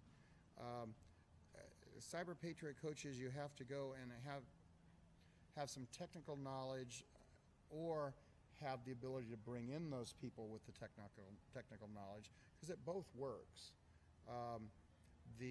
Especially when I started, I was beholden to bringing folks in or taking kids to folks. Now I know a lot of this myself, so I'm less dependent on the outside. But it's like with the Cyber DLA thing that we're doing today. I don't have any kids in the training because I can give them the same training. You just have to be. If I came up with one word, you just have to be versatile, because there's so many different aspects to the competition. It's like when I go into an actual competition, I bring ramen for the kids. Okay, it's carb loading for the Cyber Patriot game, and they like the ramen. They like that they're special. They like that they're the ramen team, you know. And I just have to make sure that they don't cause problems, like use up all the hot water meant for tea. So I travel with hot water pots now and forbid them to use the tea water. It's just a crazy day. So with my teams that went to the national championships last year, we went and celebrated when we were all done and went to a local ramen place. What have you enjoyed most about being part of Cyber Patriot? It's working with the kids. A lot of my day job is working with adults now, and I don't teach that much. And this still keeps me connected to being a teacher, and that's what I like. I mean, it's the way schools and teachers are treated now these days in the press and the politicians. It's really sad that you need to have the kids to boost you up and prove to you that you're doing a good job, because you're not going to hear it from anybody else. Jay, you're doing a fantastic job, and we wish you the best of success this year and years to come. Thank you very much, Dan. We're going to take a short break. Do we have something for Matt? Oh, okay. Let's go to Matt. Hi, Matt. So I am here with two students from RFK High School competing in the advanced division by themselves. One of their teammates wasn't able to make it, so the team of three became a team of two. So each of them has to take an image, and there's also a quiz on Cisco networking and terminology that they also have to complete in addition to their images. How do you feel like you guys are doing right now? I think we're doing pretty well in the images. I think my main concern right now is the quiz, because I have looked at it, but I haven't necessarily completed it, and we only have an hour left for the quiz. Right, and it's also, I believe, 20% of the final score for today. So, on a scale of 1 to 10, how worried are you about the quiz? Well, it's an open book, and plus Cisco is my forte, so maybe a 1 out of 10 scale, 6. All right, that's not too bad. So how are you feeling? Because you're doing the Linux image, correct? Yeah. How are you doing? I'm okay. I'm halfway there, which that's better than other times. Sounds good. So what kind of vulnerabilities are you finding in the image today? I've found the updates. Some of the users aren't supposed to be administrators, so I denied their use of being an administrator. I found their firewalls and yeah, the passwords. Sounds good. It sounds like you're doing a really good job so far. Now, how are you doing on the Windows image? Pretty well. I only have one more issue left, so I'm excited. So you're at a 95, correct? Yes. I believe that's currently the highest score on the scoreboard for Windows. Do you think you're going to be able to find that one last vulnerability? Hopefully. I mean, I do have, I think, 3 more hours, but it's more like I'm trying to beat my time more than I'm trying to max out at this point, so. Now, I was talking with you both earlier, and you said you're both interested in careers in STEM. Was Cyber Patriot a part of you kind of shifting and wanting to go towards STEM? I have been wanting to go into STEM, but like I said, I wanted to be a biomechanical engineer, and they produce artificial organs, but hearing, like, no offense, the stupidity of IoT and everything, like, connected to the internet, it kind of makes you think, hey, I should probably implement network security even on the basics of items now. Right, because I know they've talked about even pacemakers being able to be hacked and being able to, and if you're controlling a person's heart, that's a really scary thing. Especially if it can lead to, like, a person's death. Like, that is definitely major. So that's awesome. And I was talking with you, and you said you weren't really originally considering a career in cyber, but the Cyber Patriot competition's really kind of shifted you in that direction. Yeah, so before I was interested in other things like nursing and all of that stuff, but then once I joined Cyber Patriot, it all changed and it shifted to the technology side. That's awesome. So Matt, how do they feel as young ladies competing in what appears to be in most cases a male-dominated field, and why do they think more girls don't participate? So, how do you feel like being and competing in a field where there's largely more boys than females in the field? I feel like BTV especially, they try to encourage females to join, especially since, like you said, it is a horde of boys in there. For example, we do have an event called Cyber Girls coming up, and that's a huge, major campaign for girls to come into the field and actually get people with that kind of career or that kind of background to interview them, or like just talking about how they got there. And I think that's really a huge, like, Now, did you go to Cyber Girls last year? yes. And how was that experience like? It was it's really fun because you got to go to like a capture the flag event like the one we did in Gen Cyber, but it was a little bit different because it was by Facebook, I think, 2 years ago. And a lot of the girls, where they didn't even think about technology as an aspect, they were having so much fun, and they were even competing with the coaches, which is really interesting to see. Now, did you go to Gen Cyber last year? And how was that experience for you? It's actually a pretty fun event, and it's very helpful, and it teaches a lot of stuff. Thank you, Matt. Thank you. We're going to take a short break. I think we could edit this down too. We could probably get an hour. We can cut it into segments. Yeah,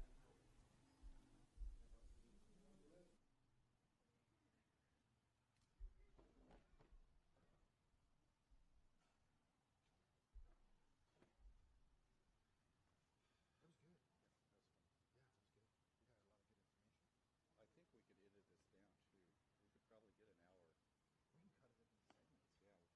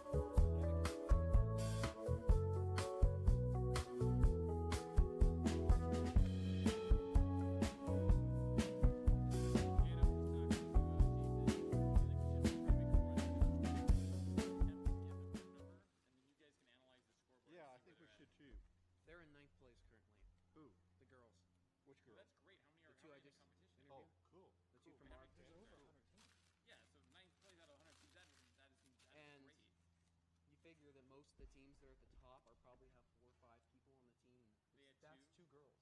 I mean, that's a story in itself, and that's the story that makes it sound more like instead of talking about the sport, we're talking about this. Yeah, we need to know the top 10 teams by number. We got to collect that. Well, the other thing too is I'm gonna run to the restroom. Is then we can follow up later on. Yeah. And find out. Okay, you had this experience. We captured it. How are you taking that and feeding it into your practice going forward? Or to see where they're at. Right. And to say, like, okay, we talked to team 42 here, the 2 girls. They start off the competition really slow, but now, we're hour number 4 out of 6, and now they're 9 out of 10. Talk about a comeback. Right, exactly. I mean, that's a sports analogy. That's where people I agree. Yeah. get into it. Yeah. I'm gonna run into the restroom real quick. Yeah, the problem is going into it, we didn't know teams and numbers. We got to know that next time. Yeah. So you need to prep for us on because Yeah. always announcer always know who the players are. Yeah. Or what the teams are. So if we do this around November 14th, You need to maybe have their pictures, maybe the team leader picture or something with them right next to it. So you Or is there school icon? yeah, plus pictures. Yeah. If you have a picture, because at least you can, if you have a piece of paper with a picture right there, a couple of them, let's say there are 10 teams, right? Yeah. So if you have this main leader there, and you can at least say, oh, team number 5, Mhm. you can look it up. So you need a cheat sheet, basically. I agree. And do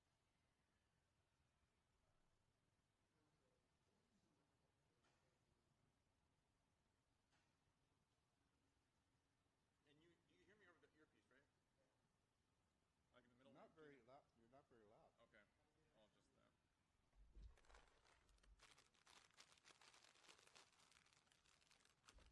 You take. Okay. Did they enjoy? Did they enjoy? Like you said, I think the highest score they had was about 49 out of 100. Not bad. Especially for Windows 8, because I'm not gonna lie, Windows 8 is my least favorite Windows operating system. I like it worse. It's worse than Vista in that sense. So, what can I do nice for Ben? Huh? What's a nice thing I can do for him? I don't know, you can ask me. Next time, she needs maybe graphics with the bottom right corner. Then I'll ask him what nice thing I can do for you is. I was looking up on the scoreboard, the number 1 team. They're at like an 86, 87. So we can like show a And the girls are at a 95 background. So Cool. you can see, be another team. You know, We got to. I need the numbers for the top 10, and then I need the teams. I don't know which team in your high school. We got to walk around. Yeah. Just walk around and ask. But we got to connect that to the top 10 numbers. Right. I don't even know who the top team is because we don't. Wait, do we have a list of which team gets which numbers? I'm pretty sure they do. Curry might. Where's Miller Curry? You might be second floor. Conference room in there. The second floor conference room. It's across from the elevator. Yeah. Another thing I was thinking, and this is, we want to write this down, is we almost need like scheduled broadcast times. So we could say, hey, we're going to take literally a 15-minute break. Right. We can set a timer, and we can say, hey, we'll be back at 11:45. I agree. Because if people are watching, then they can go like, okay, then I have time to, go make lunch or whatever. But the thing I believe is that it's worth doing again. I didn't know if it'd be worth doing again. I think it is. Because we could do it much better. Absolutely. I mean, this is definitely. But those interviews aren't bad. No, Matt's doing great. Matt's got a talent. That is not something many people can do. Right. He's able to engage with them. You got to remember, anything he says, the mic has to be up here and then in their face. Yeah. Because a few times At the saying, end, he was looking repeating. pointing back. I get it. That's just mechanics, but you're right. The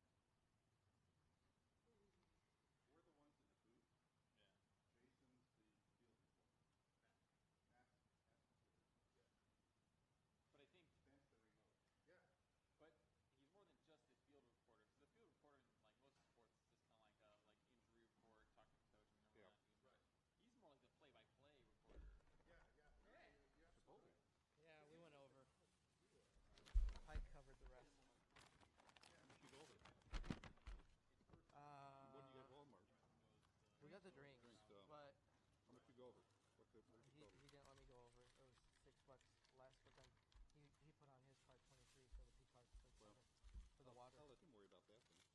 Okay. Is this my lemonade? Yes. That's a tiny bigger bottle. It's a long story. It was a very long story. Emron, what you say I is tried. thank you. I tried. What is it? It's Jonah.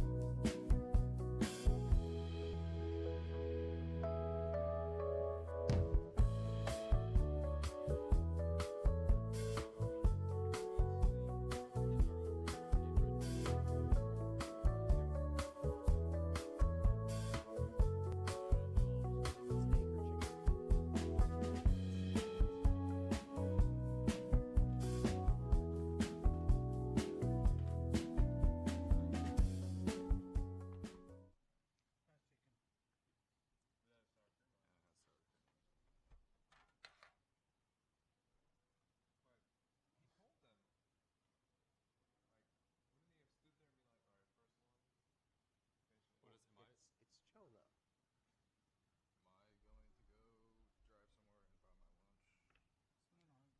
No, they will take care of it. Yeah, I'll take it. Jason, we're having a conversation right Let's now not eat on about here. This how is our you show screw up table. at Chipotle. But it's the only table we can eat Sit on. over here. It just, yeah, how do you just go down all Yeah, we screwed up on. Did we order wrong, or did Chipotle screw us up? Chipotle screwed us up. They didn't prepare the first bowl because I handed them the phone. They only Typical. Yeah. So you can have mine. What is our break time? He doesn't want chicken. He wants. You don't want chicken. He doesn't Yeah, want chicken. I'm just gonna be a pain in the ass right now. I can just go get my. What is our break time? Yeah, he can go and get. I can just go get. We're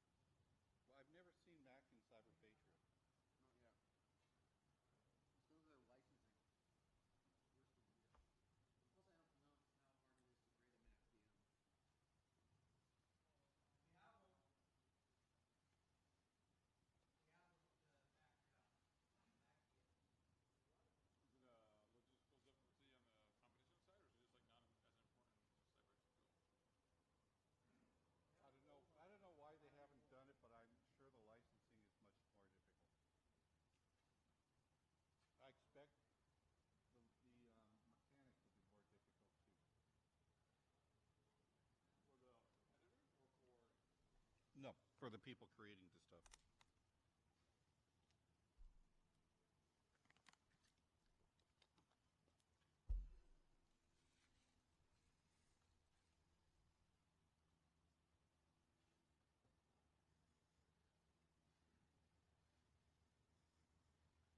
Yes, how's it work?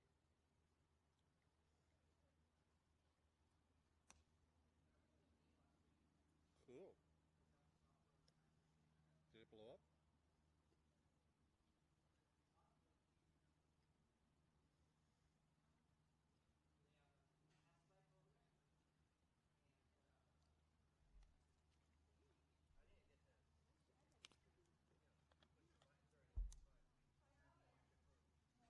Cool.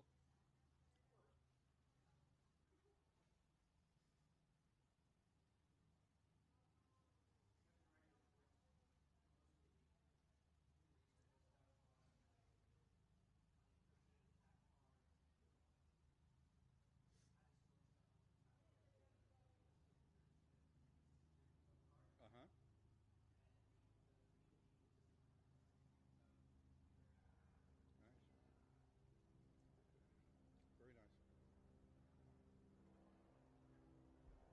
Nice.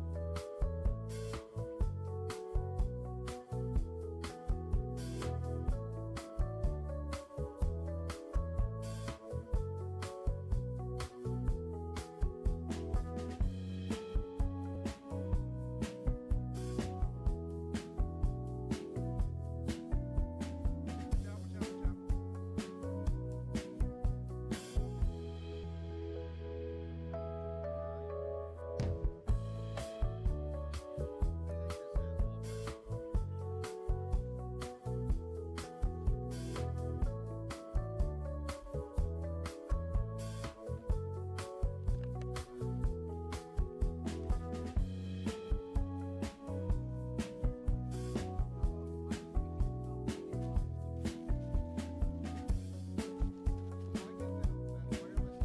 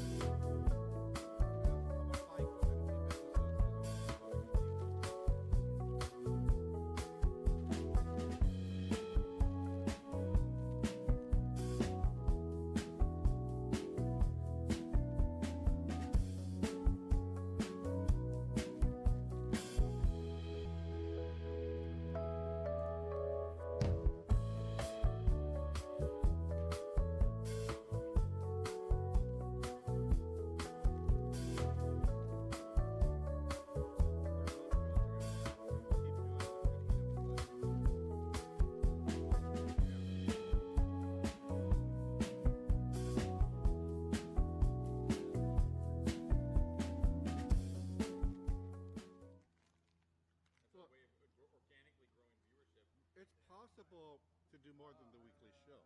We looked at it this morning. We can whittle this down into a segment that's separate from a show. Right. I mean, like coverage of Cyber Day, just basically not live coverage. Right, edited. Edited coverage of Cyber Day LA. Yeah. Oh yeah, I thought, can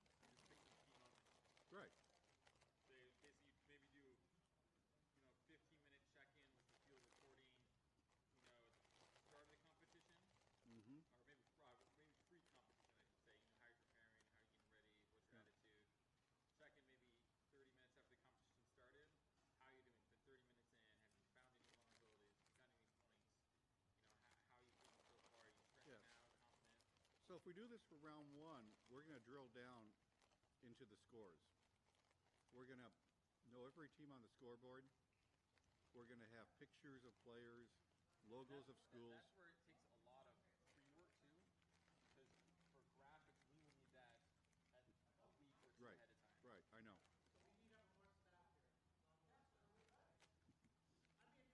Yeah, right, right. Well, do you need your people? Can I get students, our students, to help?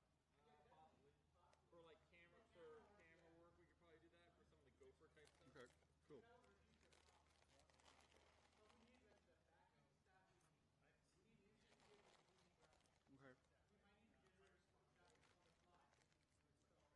So we'll probably need like, really the core is like me and Renner. Let's see. Rick and Terry can help out, but they're not as senior as they come. That's clever. Like, I don't know. One day I hope I'll be able to come up with stuff like that. But Emron and Lindsay really have to be here. I mean, Emron can replace me as far as the switching, but he's usually doing other technical stuff. So it's more valuable. It's more valuable to have me because I'm comfortable here, and then Emron's doing troubleshooting technical stuff. Because everything works all the time, right, Emron? Oh yeah. Always. Uh-oh. If everyone cares. Mustard on my shirt. Just sit behind the circle. Need the keys. Seems like they solved the one that I told you, but I went there and I decoded something twice, and supposedly they had to refixed it twice. So by the third time I wasn't there. So I don't know. Let's see. You know what? We can get some extra trash bags. Or that.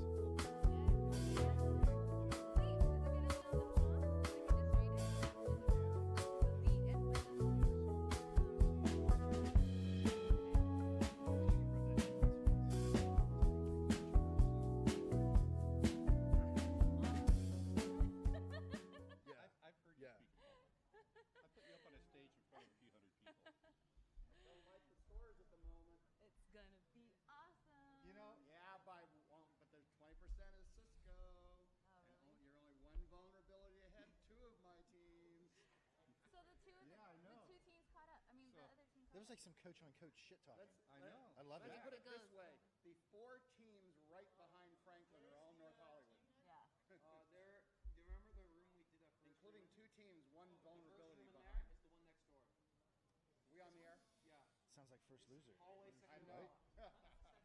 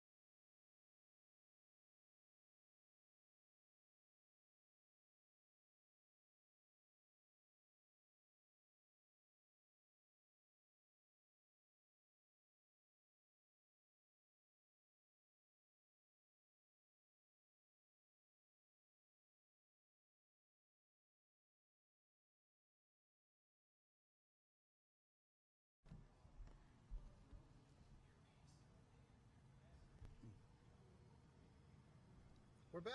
We're back. Welcome back to Cyberfed coverage of Cyber Day LA, and with us is Yenny Yi.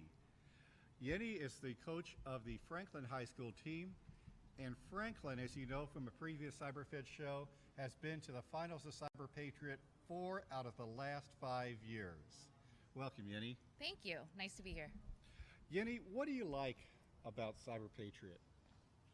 So I like the fact that the students are challenged in a whole new arena. I mean, to me, it's critical thinking skills, but it's also learning and retaining information, and it's stuff that is not taught in the classrooms in a sense. But there is a lot of research that has to go along with it. So the kids are learning so many different skills. In addition to that, working together as a team is really important as well, because certain students have certain strengths and then others have different strengths. So working, finding the way to fit all those pieces together is always fun, but I think that that's what competitions are all about. And so for us, we try to keep it fun, but we definitely treat it like it should be treated, which is with, taking time and taking a lot of time to research and learn the information.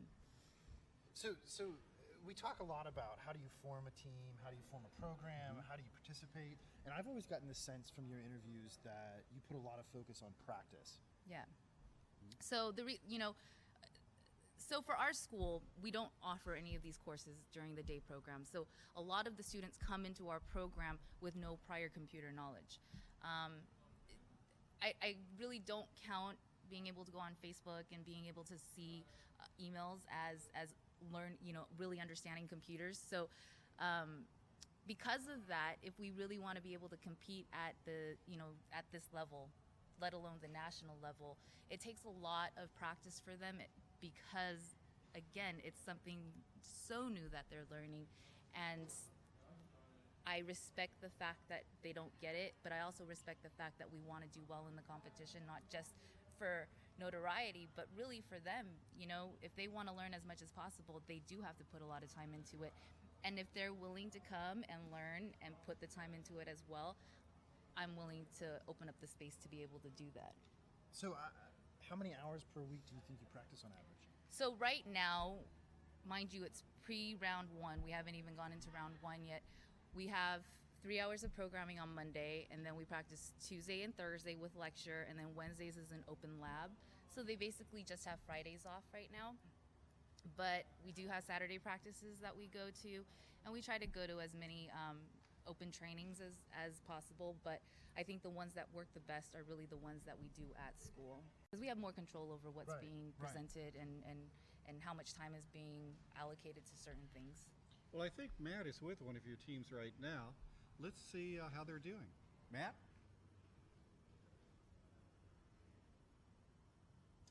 We have a beginners team and an advanced team. The two members of the advanced team have both been to the national finals this past year, and they went as freshmen. So can you guys talk about how it was like going to the national finals as freshmen? Yeah, it was a really good experience going to the national finals as a freshman. It really did motivate me to continue with the club, because it's really intense to be working that much to get to the national level to compete. Like, honestly, like, going to finals was like a dream to me. I never thought I would go, because my sister like barely went with me, and it like pushed me forward to like continue joining the club and sticking in the hardships, even though it does get really hard at times. Right, so you are the youngest of 4 siblings who have all played Cyber Patriot, correct? Correct. So did that influence you at all when you were looking to participate in high school? Yeah, I really did, because at first I didn't really want to join, but then my younger sister made me join. So, and then I liked it after like the first day, so I decided to stay in the program and keep it going on. So do you see yourself now going forward as a possible career choice in the future? Of course. Like, no, that's fine. So, now for you two, you're both on the beginner level, and this is probably one of the first times you played. Do you like the game? Yeah, I like it. It's cool. I love it. Hey, Matt, can you tell me Awesome. what their shirts say? Yeah, their shirts. Can you show us your shirts? Cyber Patriot, Franklin High School, Paprika, and Cayenne. So is that the name of the team? Yes, that was the name of the teams. Oh, both teams. So there's one Paprika and there's one Cayenne? Those are last year's Oh, teams. they're from last year. Do they have teams yet, names yet this year? No. No. Okay. So, Yenny, how do you come up with the names? So last year is it's kind of funny, that story. We were on our way to Cyber Day LA and we needed team names. So I was like, let's just pick some names for today. And I just threw out there, let's just pick some spices. And they don't really know what spices are, so I had to give them examples like paprika or cayenne. And then I showed up and then they're like, we picked paprika and we picked cayenne. I was like, do you even know what paprika is? And they're like, no, but it sounds cool. So they just ended up we just ended up keeping the names for the whole year.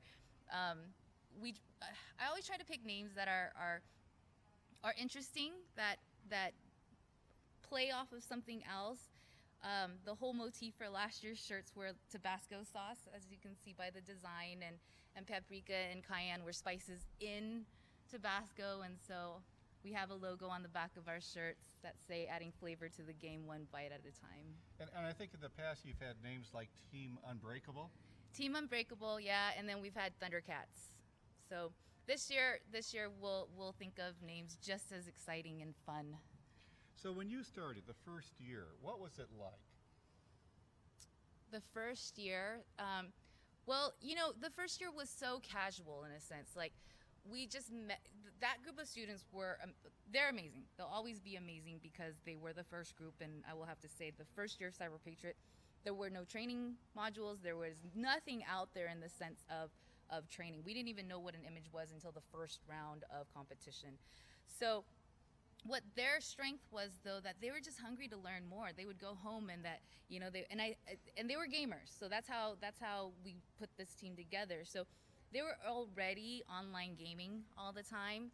So they just added a different element to their online presence, and they would study a lot more of the actual material, I guess, which is totally different from gamers in a sense of like they were just players and now they're trying to learn all the information. But I think that's what really helped them in terms of their critical thinking skills and how to strategize and how to find information. Because I know even in gaming, if you don't know how to do certain things, you go online and you go in the forums and you look Right, at what right. people have to say, and that's what they were able to do. It's the whole concept of metagaming. In the middle of the game, alt-tabbing out to a guide or a map and finding out additional meta information that helps Exactly. your performance in the game. Real quick, I wanted to ask you one question, Yenny. So when we were looking in particular at the advanced team being asked questions there by Matt, I noticed that they were very unwilling to look away from their keyboards. And it has to be one of the most intense teams I've seen perform. Would you expect anything less? No, I don't. I mean, you know, we take competition very seriously. I know today is not meant to be very heavy, and I didn't do my typical coach's speech in the beginning, but they know that each time we show up to something, whether it is a practice or it is a competition, I expect nothing less from them to give 100%. And so for them, it's just kind of part of their training and part of their just the way that they operate when it's competition time. And you know, I'm very protective over that as well when it's competition time. As Dan knows, I don't like a lot of stuff going on because I feel like it does distract from them, and they're young people. So keeping their attention span focused on something is already difficult as it is, for them to have to navigate through a bunch of different things. So for them, I think it's easier just to try to stay focused on that one thing. It must be especially hard today. You have two-person teams, and Cyber Patriot teams are normally 5. But let's see how they're doing. If we could bring up the scoreboard, is there a way that you can identify the score for your team? So we're team 119. I can't really see it, but I believe the last time I checked, we were in first. Now we're in third. So what's the point total? Thank you for making it bigger. So we have a point total for 181. Actually, below that, you see the graph of how teams are trading back and forth. So that's just our team. Right. So that's the Ubuntu score and the Windows score. So I know that our Ubuntu score is pretty high. Our Windows score hasn't changed for a while.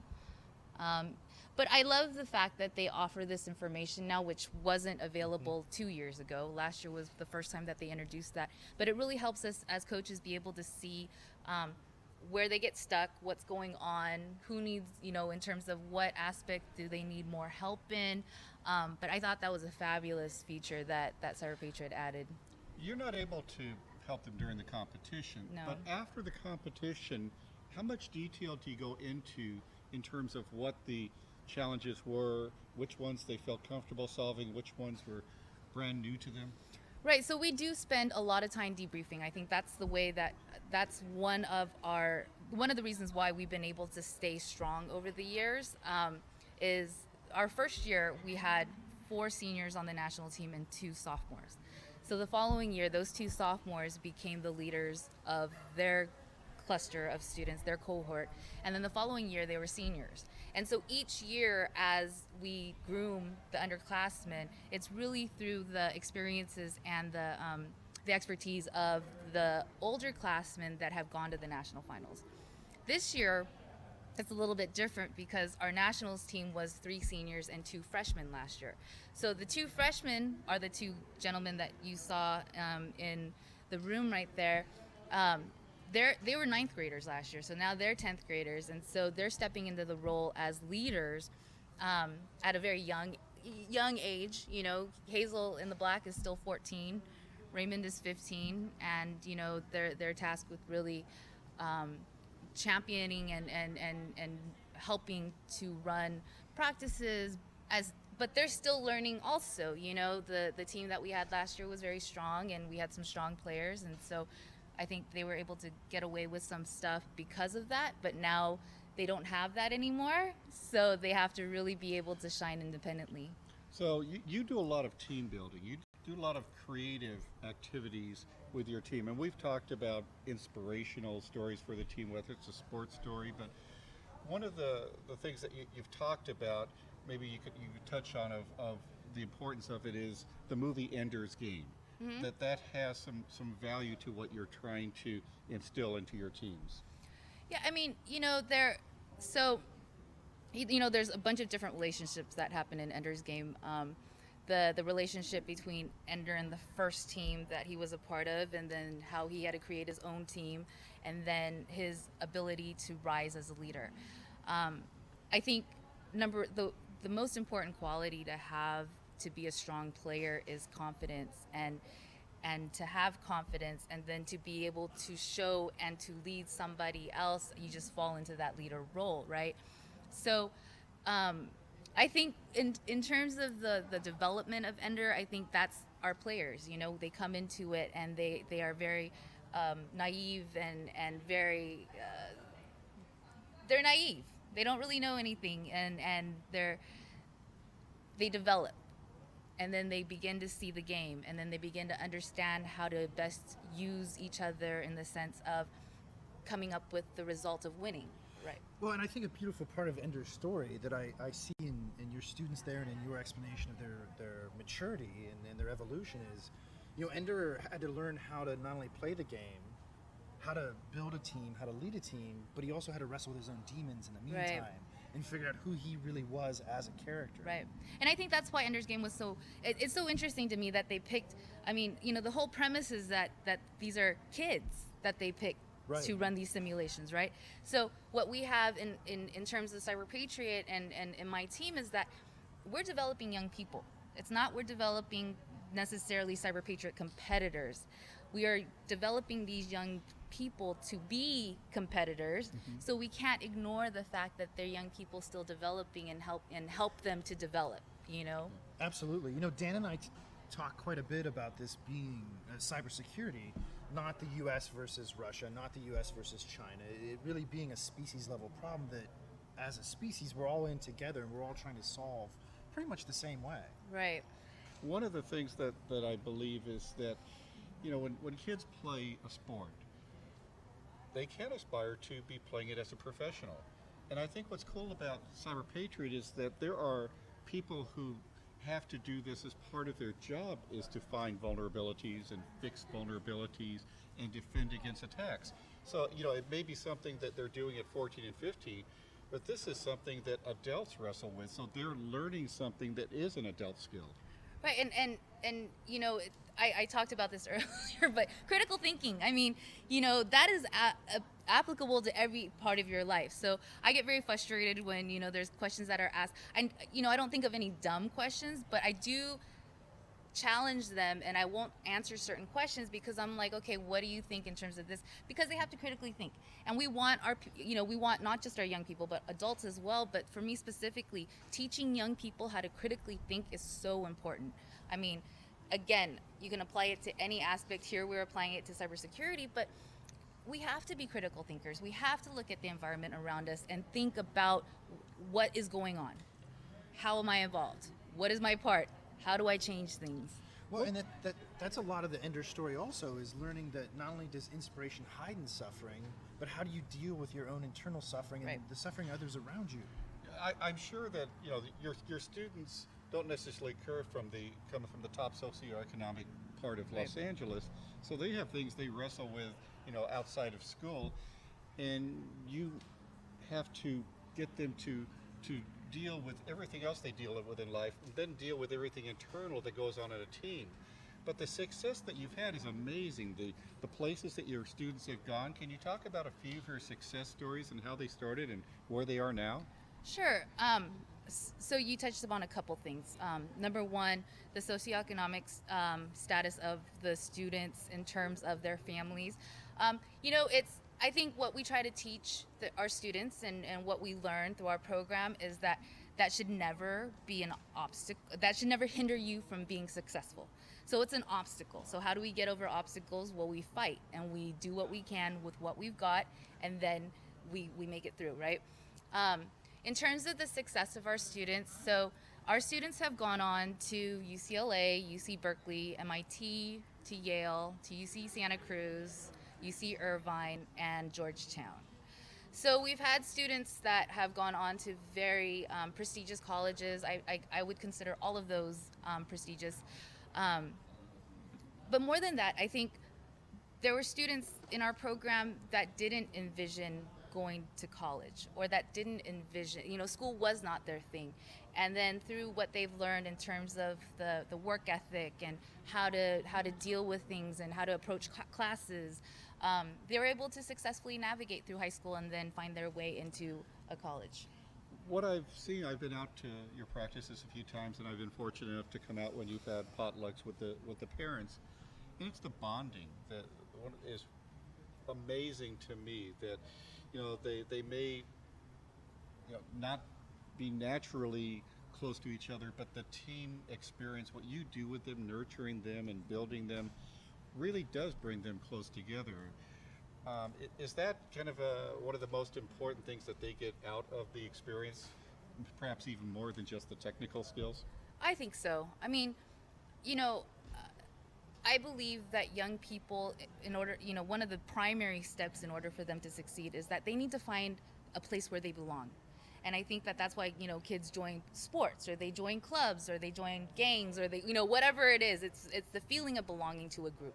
So we created an environment where they were able to connect with a group, and they're plugged in, and they look for each other in school. And these are kids that may not have been friends if they weren't doing this program. But then we also have, kids who brought in their friends because they found it to be so enjoyable that they wanted to share it with their friends. So in that sense, yes. And with any group of people that spend that much time together, we love each other like family, which means we get on each other's nerves and we fight. But, at the end of the day, we care about each other. And I think it's very clear to each other, like each one of them, as well as myself, that it's a caring environment. So I think there's one student that I will always remember, and that's William Wong, because I was able to see William kind of evolve over time. And he was one of the shyest students I ever met, very introverted, and he became a leader on your team. Also, the fact that you have such strong diversity on your team. But talk a little bit about what happened to William. So he was one of our 10th graders on the first Cyber Patriot team that we had. He is now at MIT, going into his third year. So, obviously he was a phenomenal student before we met. In terms of who William was, though, I don't think William knew who he was. And I think that's obviously the case for a lot of young people. But finding out that he was good at this, and that, he had a place. And I think that was really important. And I think that's important for everybody. It's like you find that calling and you find that place, and you're just like, wow, like this is where I belong. And then it's like, it feels good. Everything that you do feels good.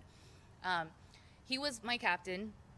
So we would spend a lot of time after practice. And during that time was when I really got to, train him individually. Having him he's an only child, so having him have to look out for the good of a bunch of people was outside of his comfort zone, Right. And so having to, and then ultimately being responsible at the end of the day for the good and the bad, I think really helped him to see how much putting a lot of effort into something there's benefits to that. And then also the converse of that is not caring, and then seeing the repercussions of that. And so that's William's story. I mean, what about the parents? You've been able to find ways to get to know the parents as well as the students. What are some of the interesting things that you've noted with a few parents over the years, how they view what their kids are doing? Well, I think it's really okay. So this was the first year I think that I've had some pushback from parents, and it's always the girls, because it's a lot of time spent at school. And so for a lot of my girls, their parents are very uncomfortable having them be at school so much and having them dedicate so much time to one particular thing. The years in the past, I think they don't really understand it. I mean, they don't understand what cybersecurity is. They hear computers and they think that's cool and they think that's great, but they don't really understand what we're doing. And so it was really important for me to make sure that they could see what we were doing. So like Dan mentioned, he came out to our potlucks, and we have it's a family night basically, and they bring family, and our students put on an open house for them where they get to show them the different aspects of what they're doing. So they have the cryptography challenge, or they have like a virtual image, and they get to see what that looks like, and they do forensics questions, and the basic stuff that doesn't involve like hours and hours of explanation Right, for them, right.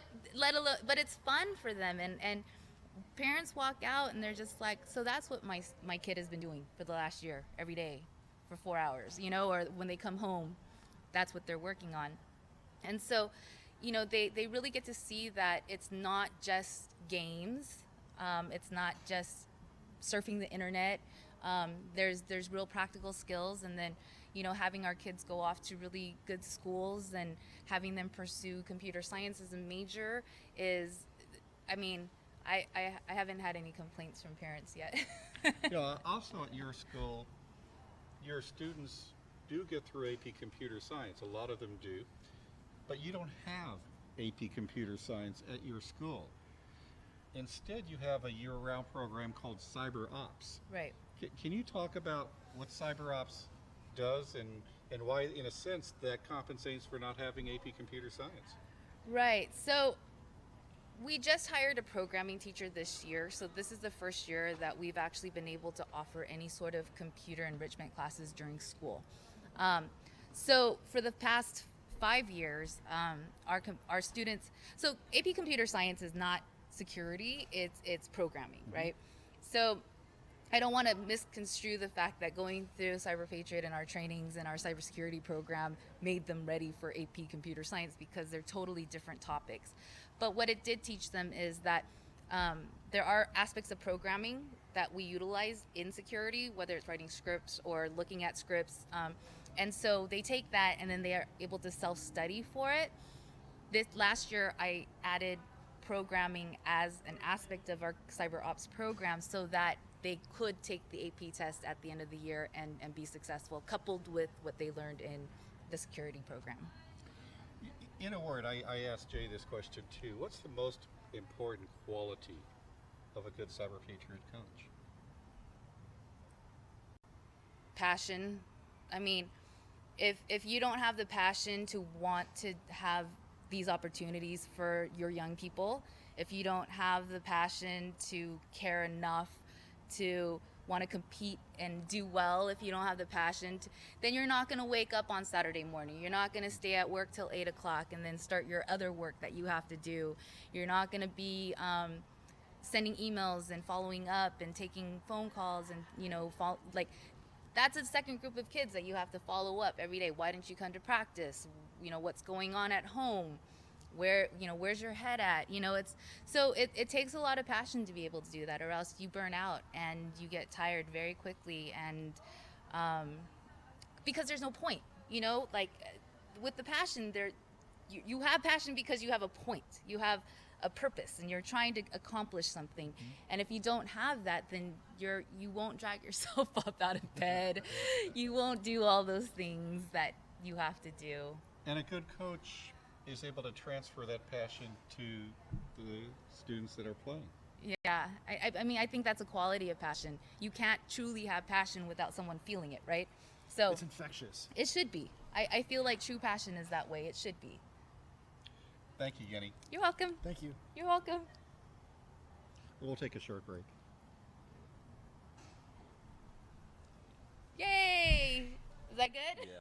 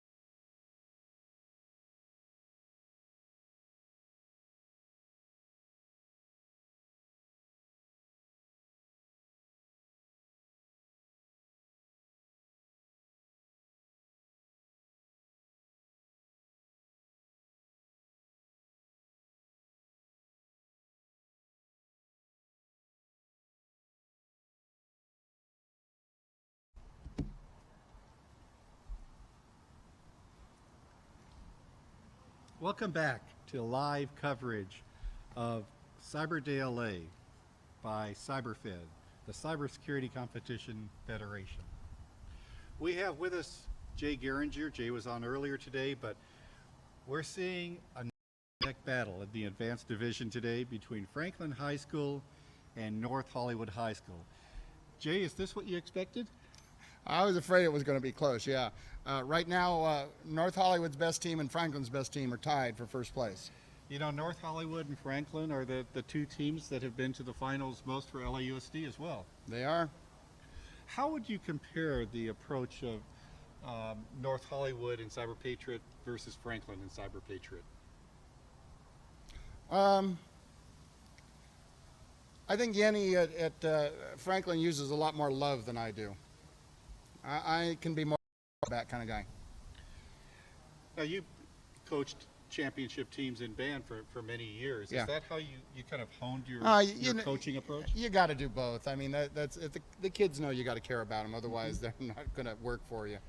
But so I'm joking with the baseball bat. I've never hit a kid. I want to make that clear. Have never used a baseball bat on a teenager. But you know, it takes a mixture. I mean, they know you have to care about them as people, and you want them to do well. And anyway. So there are different ways to succeed in Cyber Patriot. We've talked about this. One of the things we've talked about is that there are schools back east that have Cyber Patriot during the school day. Right. And schools out here tend to make it more of an after-school program. Right. Is there any advantage, disadvantage with the approaches? You're the after-school approach. You know, I think the difference is with an after-school program, you have a wider variety of kids that you can get involved. With something during the school day, the kid has to have committed to that as kind of a career path, and it's kind of a long-term commitment, something they're interested in, and it's kind of harder to get involved in it. I have kids that, you know, aren't looking to be cyber professionals in the future, and this is just fun to them. So you have AP Computer Science as well. Is there any advantage in AP Computer Science with Cyber Patriot? My best Cyber Patriot competitors have taken AP Computer Science and done very well at it. It's totally different material, but some of the understanding I think that they gained through AP Computer Science is helpful. So with such a close battle today, going back to that story real quick, what do you think the deciding factor or factors might be? Oh, the deciding factor is going to be the Cisco networking portion of, I mean, absolutely, that's it. So your teams, you think, will be very close to each other after Windows and Linux? I think the North Hollywood and Franklin teams will be very close, yes. And I think it's going to be the Cisco networking that decides the whole We saw this competition. last year in the semifinals. We saw teams that made it to the finals because of their Cisco score, and teams that were knocked out because of a low Cisco score. Right. You just can't be weak at anything to compete at that level. And how has your teams prepared for Cisco the last few years? They have been excellent. We have been, you know, when you go to nationals, the teams that tend to get the highest score in the Cisco networking are those who have Cisco networking programs at their school. It's hard to compete with that, with a kid that's had a couple years of class time experience with Cisco networking, learns the operating system security after school, say. You know, if we're close to them, and we're usually second or third in the country with our Cisco networking score. So Cisco has academies, right, in schools, and right. Microsoft has certifications, Linux has certifications. Is this something that you'll see, we're going to see more in the future, that schools that are really good in Cyber Patriot will have the Cisco academies, and schools that are really strong in Windows will have kids going after the entry-level Windows certs, and same with Linux? I don't know. I mean, we certainly have seen some of the best schools in the country at the Cyber Patriot competition have Cisco academies and have those students on their teams. I mean, that's definite. But the teams that have won the last couple years didn't have Cisco academies. So we'll see. So actually, it makes me wonder. Earlier today, we talked about the transition when from your prior teams, your seniors graduated and went on, and you're looking to recruit fresh blood in. Are you getting to a point, and do you think other teams are at a point now where you're actively recruiting for specific skill sets? I haven't done that yet. Certainly a student comes in with knowledge of the Linux operating system, that puts them way ahead and makes them a very desirable person to have on a team. There's no doubt about that. Because everybody pretty much comes in with Windows or Windows-like experience. I mean, somebody that has experience on a Mac, they can learn the Windows stuff and nothing flat. It's not a problem. Linux is a different animal. And if you come in with Linux experience, that's very, very desirable for Cyber Patriot competition. I think Matt is in a room now, and one of the things that we wanted to do today is actually walk through the vulnerabilities in the images. Okay. So let's see if Matt's ready to do that. Matt, We're here. can you walk us through what vulnerabilities were on the image today? Sure. So right here is a Linux image from one of the intermediate teams. So a lot of the things that you can do and tell is they got 40 out of 100, which isn't bad for Linux, more than I was ever able to achieve by myself. So they did a good job there. They were able to find 9 out of 21, which is about half, so that's not bad at all. If you look at their vulnerabilities, you can see that a lot of them were user accounts. So being able to manage users and be able to read the README and correctly apply those user settings is very important. Passwords are also important. Installing updates and firewalls, also both across operating systems, are important. And that was the main vulnerabilities on this image. Matt, at this point, we're just seeing the images that they actually solved, but we can't see the image or the vulnerabilities that have not been solved. No, you cannot. So I guess at this point, the person playing doesn't know what they missed. No, but generally speaking, after a competition, Cyber Patriot will release a broad set of vulnerabilities that each image contained. So inside those vulnerabilities, the vulnerability categories, they can figure out what they found and what they were looking for. Right, so in this example, the team more than likely knows what they did to get the 40 points, but they don't know what they need to do to get the outstanding 60. So this is a question that we asked Yenny. After the competition is over, you're able to spend time with the team. You can ask the team any questions that you want about what they went through. How much of a debrief do you do on what was on the image? Most of my debriefs would be focused on sharing what the stronger competitors found with those that didn't find it. So in the example, you had a team with 40 points there. I'd go and be sharing what the teams that got 80 or 100 found with the team that got 40. You know, and that's kind of how, one of the ways we go and share that knowledge you were talking about earlier. Right. So this is something I'd like to understand a little bit better with Cyber Patriot, what the way the rules of the competition work. Going into the competition, you don't know what's on the image. No. And the images are destroyed after the competition. Yes. But the knowledge gained about what was on the image can be shared. Yes. And is that something that over the years you want to have as institutional knowledge, as Jason mentioned? Yeah, because you go and you got kids that sometimes will find things that no one ever guessed. For instance, I remember that one of the things you have to do with deleting programs that shouldn't be installed, it's sometimes not good enough just to go through and delete them using the program's control panel.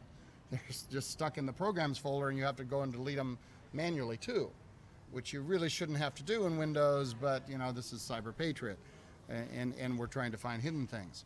So that was one of my teams that just found that one time, so from then on we just share it. It's all these little things.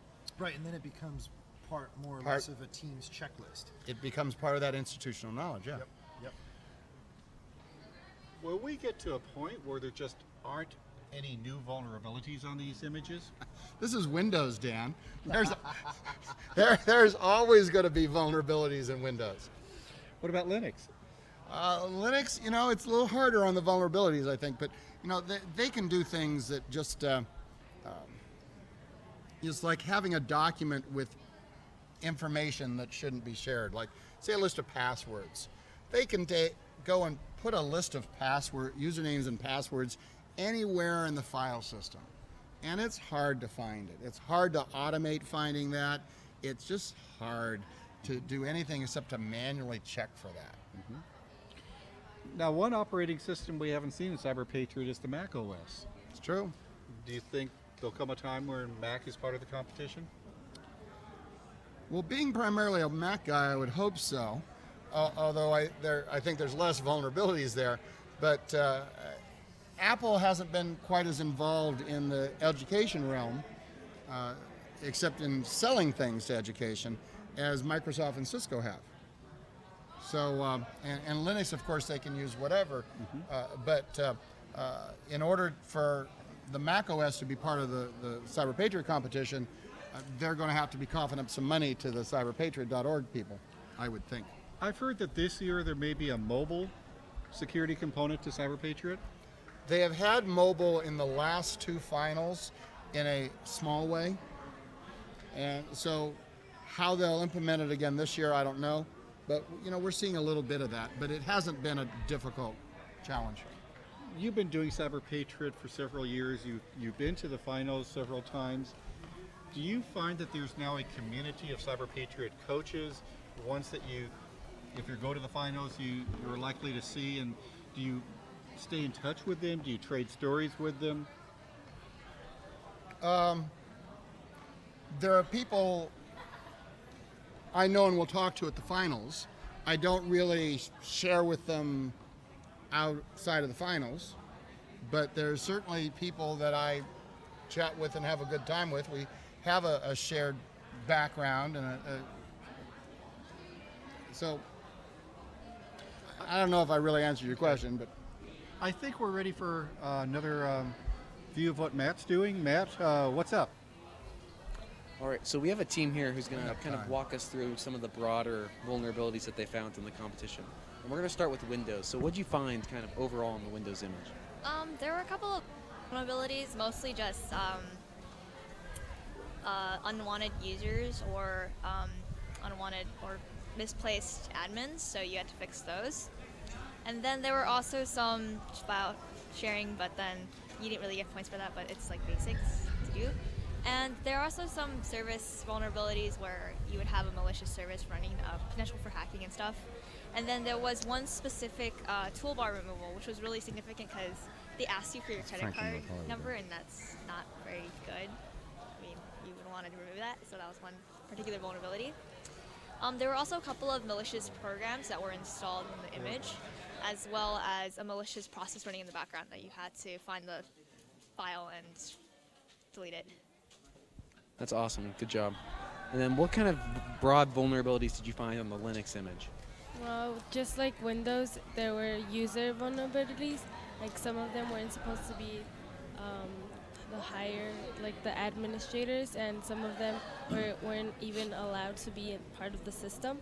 And there were others where they had a very insecure password, so you just had to secure them and have the secure passwords. Awesome. Thank you very much, both of you. Good job. Thank you, Matt. Thank you, Matt. Jay, I saw you doing some scoreboard watching when we were doing that segment with Matt. And what are you seeing? Well, the competition ended with the online component, a Franklin team and a North Hollywood team tying. So they haven't counted the Cisco scores in yet. That's another 40 points possible. But right now, the two top teams in this competition have 190 out of 200 points, and they're a team from Franklin and a team from North Hollywood. So, you know, the good news is that your two schools did very well in the competition today, but the final result has not been decided. That's correct. Do you expect this to be a trend for the year? I'm afraid this is what's going to be happening, yes. I mean, the thing is, we've got a lot of experienced kids, and they did really well last year, and there was back and forth at times last year. So the round one of Cyber Patriot is going to be November 14th. How many hours a week do you expect your teams to put in to get ready for round one? Oh, I think we're going to be running in the 3 to 6 hours for my guys. It tends to ramp up as you get closer to the finals? It ramps up tremendously as you get closer to the finals, yeah. So the first two rounds everyone plays, and then there's a cut, and then after that there's a cut for each round until you get to the finals? It divides, it's not so much cuts as that it divides into levels. So it's like they break into leagues almost, and the top scoring teams, they're competing for finals, and the other divisions are basically competing for fame and glory and certificates. So, how did you feel this past year for the state level when you saw North Hollywood 1, 2, and 3? Yeah, that turned out pretty well. I like that. Yeah, that's pretty good. You wouldn't mind seeing that again? I would not. Thank you, Jay. Thanks. We're going to go back to Matt now. Let's see what we have. Matt? Oh, okay, we're not going to go back to Matt right now. But it looks like we're wrapping up the competition. We'll have the final score shortly. We hope that you have enjoyed watching Cyberfed coverage of Cyber Day LA today. We may be doing this in the future. Round 1 for Cyber Patriots, November 14th. If you think this has some value to you, please let us know. Please contact us at cyberfed.org. And as always, if you have a competition you would like us to cover, contact us at cyberfed.org. And I think now we are ready to go to Matt. Matt? And tedious day of competition and training. LA Cyber Day is coming to a close. We have a couple last things, couple more speakers, and then awards. And it sounds like they're getting ready to start awards right now, as we have 498 students here who just finished some of their first days of cyber, and some for others, their last LA Cyber Day. So I'd say as a whole, it was a really good event. Scoring was solid, and it was a good day. So Matt, you played in Cyber Day LA, I believe, a couple of years ago. I did play 1 year of Cyber Day LA. And yes. that was the year your team went to the finals? Yeah, I believe it was the year my team went to the finals. It's a good start to the year. It's not exactly like Cyber Patriot, but it's a good enough place to start and kind of get motivated for the year. So from your perspective, as a student who played, a student who had success, when you were looking at the students today, did you see some students that had that same look in their eyes as you did when you played? Yeah, I think there's a couple teams that really stood out to me today that had that motivation. Obviously, we had RFK, who you talked to them and they wouldn't even look away from their screens. And then you had schools like the North Hollywood freshman team, where it was a group of kids and this was one of their first cyber competitions, and they were really motivated and off to a really good start. Then you had the two girls, actually, to correct myself, that was Franklin who would not look away from the screen. Then RFK was the two girls who were dominating, even though that was just two people on an advanced team. So, there was a lot of really good competition today, and I saw a lot of, potential future Cyber Patriot National finalists. Matt, I think we've actually had some fantastic stories today play out. We have the neck and neck race for first place that I think we're all kind of chomping at the bit to find out who actually wins. I'm curious, Matt, does this make you wish you were competing today? Can you repeat that, Jason? Does it make you wish that you were competing? I definitely miss Cyber Patriot and LA Cyber Day. It was a great run while it lasted, and I do miss it. I wish I could have been competing today alongside him, but times change. Now I can go and play other cyber competitions and prepare for a future after college.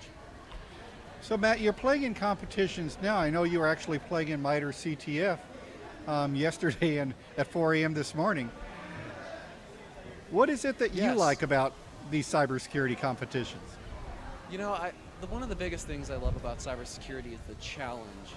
And you can really see that a lot of kids enjoy this. And when you look at sports teams and other things, and even video game players, it's this idea of you play it because it can be a challenge, and there's always something to keep moving towards. So for me, during my final year of high school, it was to try to get to the national finals, which we ended up getting towards. And I really think that cyber competitions are a great way to increase learning in a way that classroom lectures really can't. And now we have the ability to start playing as soon as someone is in middle school. You started in 9th grade. middle school the right place to start? You know, I was working with a middle school earlier this week and was talking with them and some of the students, and I really think it's a great place to start. I mean, there were kids who were trying to help me log into the computer because I didn't know the password. And I thought it was really cool that these 7th and 6th and 8th graders, all of them, were trying to help, were giving me feedback, and telling me other things that they thought of. So I really think that middle school is the perfect place to start competitions. Matt, what is it that the competitions do that the classroom doesn't do? You know, I think the big thing that the competitions do that the classroom doesn't is it gives you the sense that you can do what you're actually talking about. Because you can learn stuff in the classroom and be like, oh, that's really cool. I wish I could do that. But cybersecurity competitions give you a place where you can apply what you've learned. Yeah, I think that's phenomenal. Dan, you and I have talked about those different types of learning, the different modes of learning, and how you acquire knowledge. And when we look at cybersecurity competition, Jay focuses on certain things. Jenny clearly focuses on different things. Both their teams are highly successful. So there's a common ends despite the difference in the means. And what we see is this broad spectrum of lateral critical thinking being applied to solve what, interestingly, in our sport is different than any other sport, is that the field changes every year.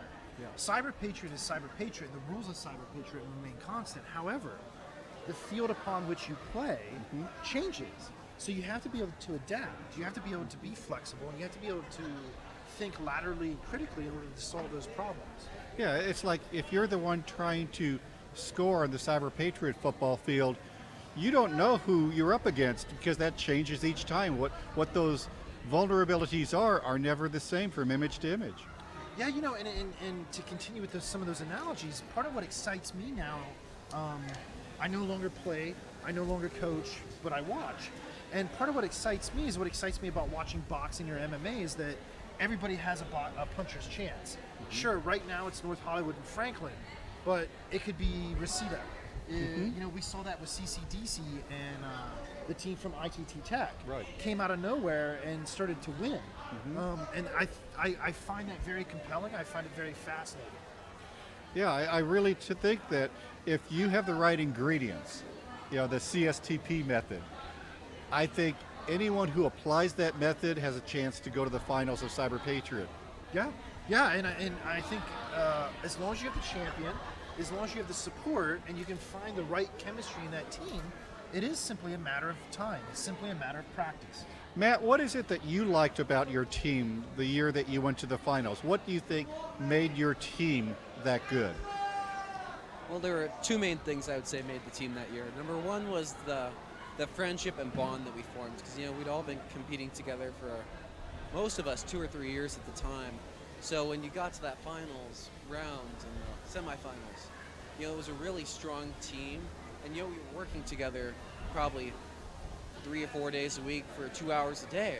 So when you're working like that in a close environment and you're good friends, you're much more productive and you have a bigger opportunity for success. And I think the other thing is that year everyone had a really strong desire and thirst for knowledge. And I think that if you don't have that desire and thirst, even in one of the categories, I don't think you can make it to the national finals because you're not going to care enough to compete. What is it that you liked about your coach for Cyber Patriot? I was really lucky with my coach, Commander Stubblefield. He did an amazing job of really keeping the team together, and even though it wasn't necessarily on the ultra technical side, he was a really good leader, and he was able to kind of direct the team in a direction and focus on the teamwork aspect, which I think really ended up paying off in the end. And he was also a really good coordinator, so whatever resources we need, he was able to provide, and I think that's the most important thing for a coach, is being able to be there for the students. Thank you, Matt. We're going to take a short break.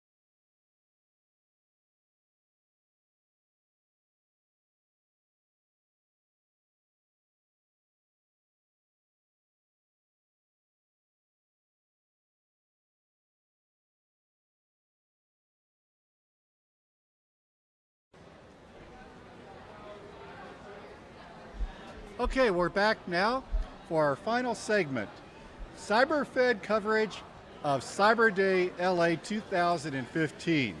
I'm Dan Manson. With me is Jason Pittman. Hey, everybody. Jason, it's been a fun day. It's been fantastic right from the get-go. You know, we started at what, 9:30, and it's been a continual rise in energy the whole time. I think all the students are out here in the courtyard right now. You can see a group of them behind us, and you know, once again, I can really feel that energy building. Yeah, I think all of the students had a great learning experience today. They're going to be announcing the winners in a few minutes, but I think everyone who played today is a winner in the sense that they had a tremendous bonding experience with their teams, tremendous learning experience, and a fun experience with this competition. Yeah, you know, and we heard that those themes kind of repeat throughout the interviews when Matt was in the rooms talking to the teams. People equated it to games. People equated it to fun. People equated it to sports. And there's this unified approach that I see of just showing up and doing it. I think it's really important to appreciate that Cyber Patriot is a lot more than hardening a Windows image or hardening a Linux image or solving Cisco networking questions. You know, Cyber Patriot is an experience that develops you. It develops your team skills, it develops your time management skills, it develops your leadership skills, it develops your communication skills, and it's a way for you to be part of a community. I think over time, people are going to be proud to say, I played Cyber Patriot. I'm part of the Cyber Patriot community, and this is part of our cybersecurity community. Yeah, you know what? Every time we talk about Cyber Patriot, I think back to the roots of patriotism in this country and how we trained as citizens to be part of any militia that was in our locality. And part of that was just a sense of, this is part of what I do as a citizen of this state or this country, and there's certain things I need to go through on a daily, weekly, monthly basis to maintain a state of situational readiness. And it's important to understand we're all part of the problems in cybersecurity today. Every one of us who clicks on an attachment we shouldn't, or clicks on a link we shouldn't, or doesn't keep their computer up to date with patches and makes the mistakes that cause problems, we become part of the problem. When we do something about it, when we're the ones who make sure our computers is clean and what we do on the internet is safe, we're part of the solution. I totally agree, Dan. It's not just about wanting to go into the field as a professional. It's not just about how much money can I make. It's about being a good cyber citizen and having good cyber hygiene. And we'll be talking in the next few weeks on Cyberfed about National Cybersecurity Awareness Month, which is October. October, there's going to be a wealth of activities for the general population on cybersecurity safety. Cyberfed will be covering this. And I think now we're going to be going to Matt because I think they're about to make the announcements of the top teams in Cyber Day LA. Matt, are you ready? Yes, we are. We're waiting up front as the stragglers start to fill up the area. And out of the 498 students here, we've had a really close fight. And, you know, in the end, it came down to, like, the Cisco challenge, which is, I think, really interesting. Because I knew a couple of teams last year who were set to advance to the national finals before they added in the Cisco scores. And when they added in those Cisco scores, they ended up not doing well enough in being able to make the finals. So that was a really bummer for them, and we saw that again today. So it kind of furthers the point of the importance of Cisco and understanding that portion of the competition. Both the importance of Cisco and that every point counts. I think behind you, you have Kerry Peck. Before Kerry makes the announcement, why don't you walk over to him and let us ask Kerry a few final questions. All right. So Kerry Peck has been with Cyber Patriot for LAUSD Beyond the Bell since the beginning. We didn't have a chance to have Kerry sit with us today, but now we have a chance to grab him just before he makes the announcements. Hey, Kerry, how do you think that Matt asked Kerry how the day went for him? How do you think today went for you? Really well, really well. Our competition teams perform well. We have a group of our advanced teams that were posting really good scores and fast scores. Our beginners were very much beginners, but they knew where to sort themselves out, and all the beginner problems they took care of. So good, very good. and our top teams that we thought would do well were doing well. So it's nice to see the old pros return. That's good to hear. And So- the other thing is, of course, that we had more students than we've ever had before. So there were usual logistical things, but we got them all registered, we got them all playing. That went pretty smoothly, so happy. It's a good day. Ask Kerry if he has an estimate of how many teams will be playing through LAUSD Beyond the Bell this year. Do you know how many teams are going to be playing through Beyond the Bell for LAUSD this year? We had 110 playing teams last year. We're up to about 90 right now. I think 120. That's obviously a very high number, especially for any one school district. Yes. Although San Antonio this year, they've already registered 110. So they obviously made a huge decision as a school district to plunge in, which is the first time anyone has approached us. And so we'd like to do a little bit better than that. But yes, it's a huge load, and particularly getting the coaching that we need for 110 teams, that's the real difficulty. So Matt, I know that Kerry's had teams in the finals every year, but is he a little bit concerned about competition from San Antonio this year? Can you repeat that, Dan? I know that LAUSD has had teams in the finals of Cyber Patriot every year since 2011, but I'd like to know if Kerry's feeling a little pressure from San Antonio this year. You know, I think it's going to be really interesting this year with San Antonio obviously having so many teams, but the one thing that they lack is they lack the real legacy of LAUSD and all the training and mentors and the coaches here too. So even though they have large numbers like LAUSD, I still think they might come up short in terms of coaching and mentors. Well, you know, I find it interesting that I even sense a little bit of competition, as I think you did too, Dan, between LAUSD and San Antonio now. So there's this meta competition of which school district. We saw that with Yenny and Jay. Which school, even though they're both part of LAUSD. There's all this competition going on, and what's cool about it is everybody shares at least a certain amount, right? Everybody has their secret sauce that they protect, and everybody tries to move the collective forward, right? Everybody has this sense, like Diane talked about, this international species level problem to solve. Yeah, I think Cyber Patriot really is a very cool competition community to be part of. You can jump in at any time. You can have as many students, as many teams as you want, play from your school, and you can play now for 7 years. You can play 7th, 8th, 9th, 10th, 11th, 12th. You can play if you're 6th grade going into 7th. So at least 6 years you can play in this one competition. Yeah, you know, and I think it really has a sense to develop mastery. I remember what it was like to have 6 years of a foreign language from middle school to high school. And I easily could have moved to the host country and lived. Yeah. So I think about as cyber citizens, as digital citizens, what these kids are going to be like going into college or whatever career they go into at that point. Yeah, we talked about it this week, Matt. You played for 4 years, 9th, 10th, 11th, and 12th. But someone who's played starting in 7th grade, how good can they be going into college? You know, I think the endless possibilities are out there, especially if you start earlier. You know, I wish, looking back, I would have been able to start when I was in 6th or 7th grade, because you figure that's 2 extra years above what I already had just going high school. And I think also at the middle school level, even though the kids tend to be a little more jumpy in nature and a little more hyper, I think overall as a whole, they actually probably are a little more open to learning than some of the high school students.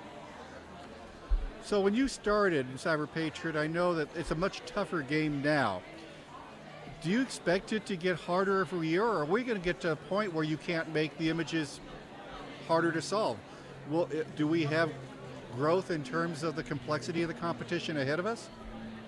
You know, I think it really depends on which direction UT San Antonio, who creates the images in Cyber Patriot, try to take the competition.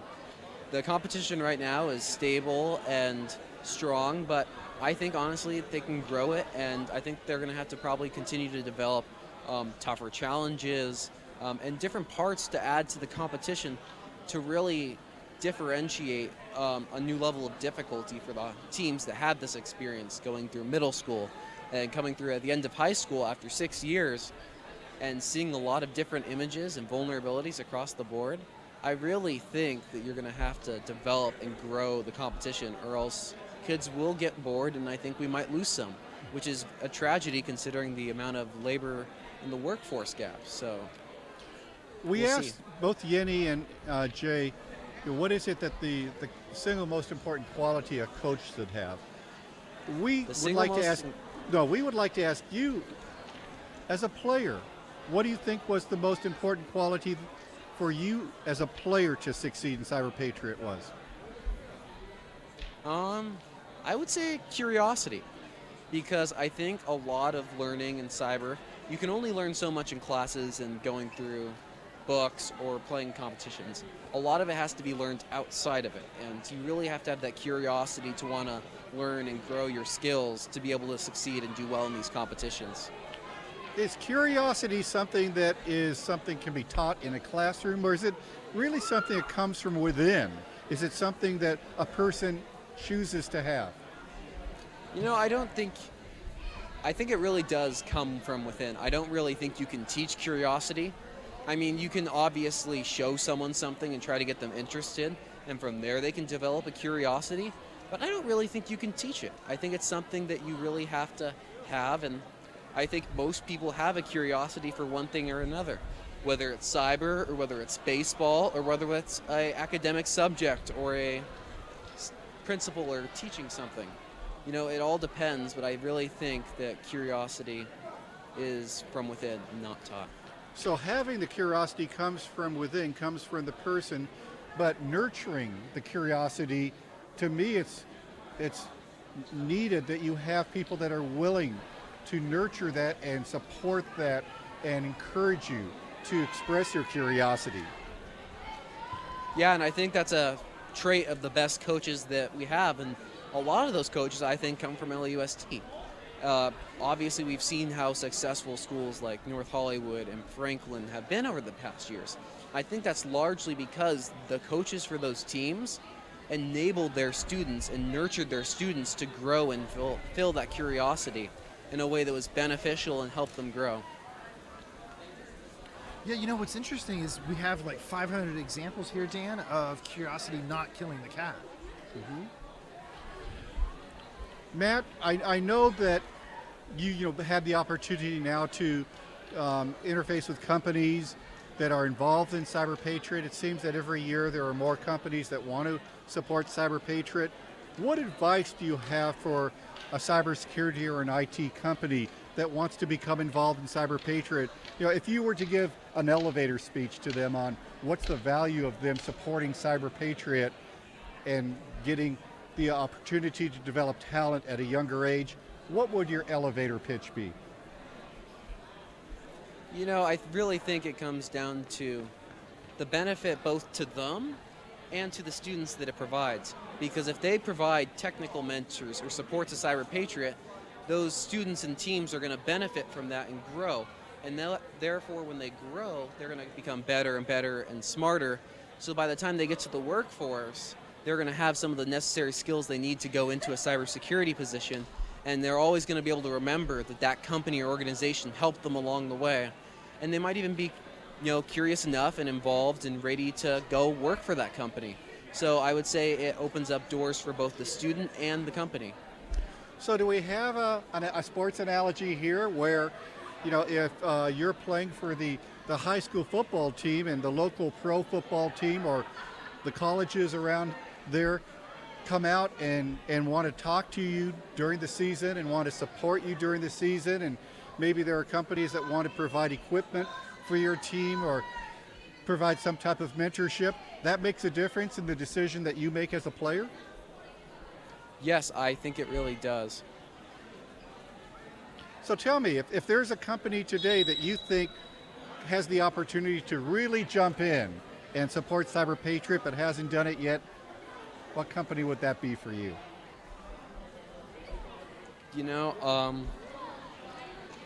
Honestly, I think that one that I haven't really heard of that's supporting Cyber Patriot, that's a big company, is, a company like Google.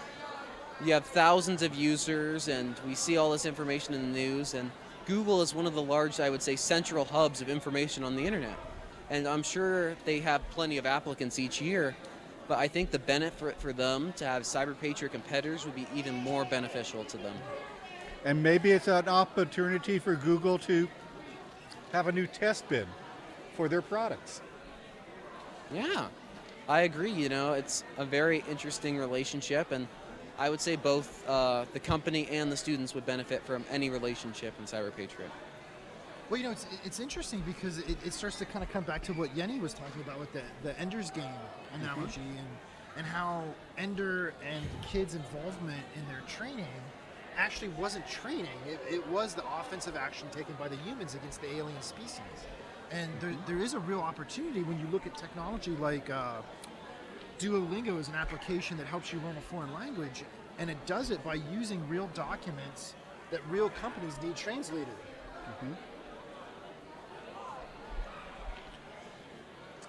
I think we're going to have to wait a few more minutes before they announce the winners. We're going to take one final break, and we'll be back in a few. Thank you.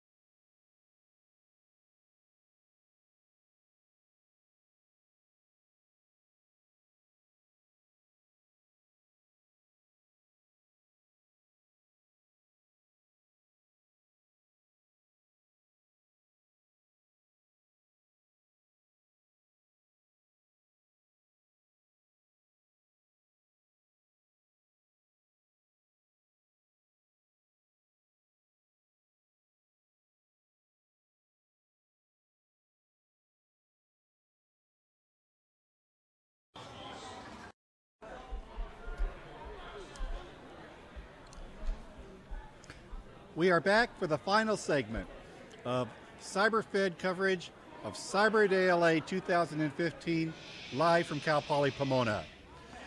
We're about to hear the winners of Cyber Day LA.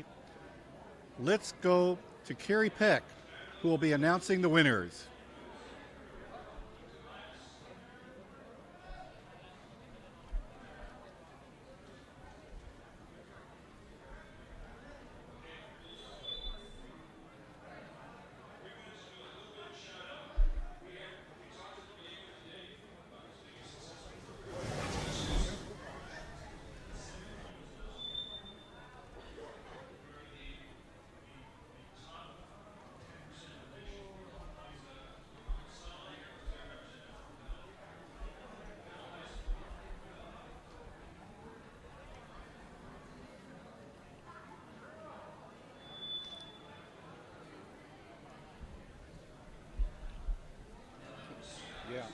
Yeah, can we get Matt closer?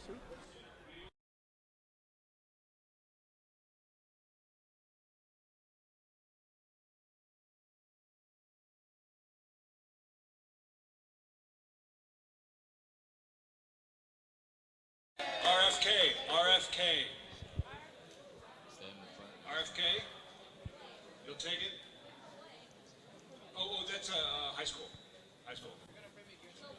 Semi-finalists, thank you, RFK. All right, Franklin High School. I know Yanni's right over there. Yanni, come on over.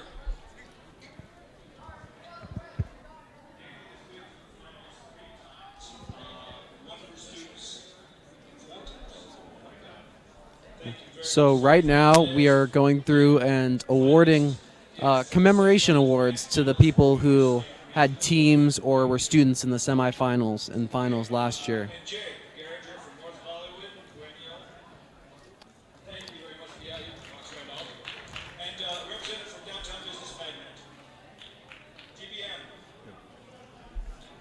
Matt, Carrie, starting off talking about the semifinals from last year. How many teams did LAUSD Beyond the Bell have in the semifinals last year? No, I'm not exactly sure at the moment. It's kind of hard to tell, but I'd say they probably had at least 10, maybe more, 15. So they did really well last year.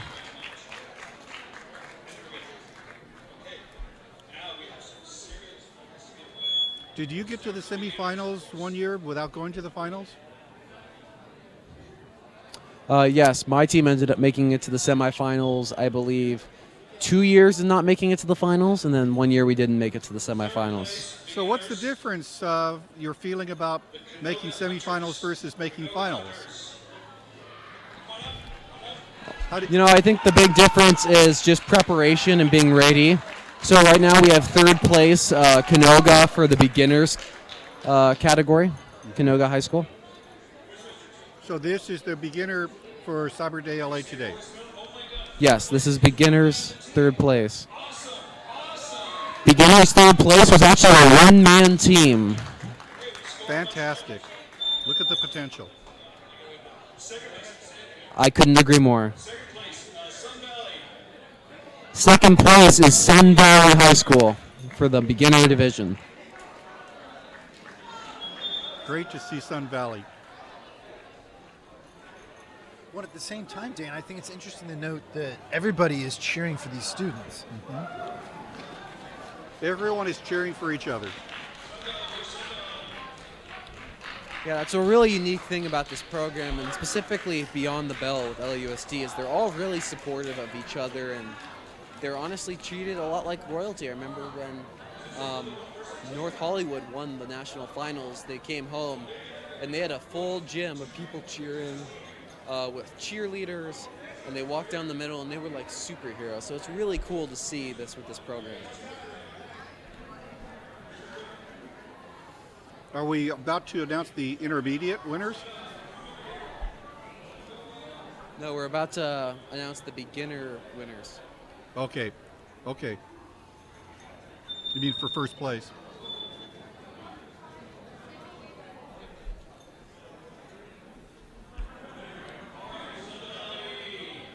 So Sun Valley second place in the beginner division.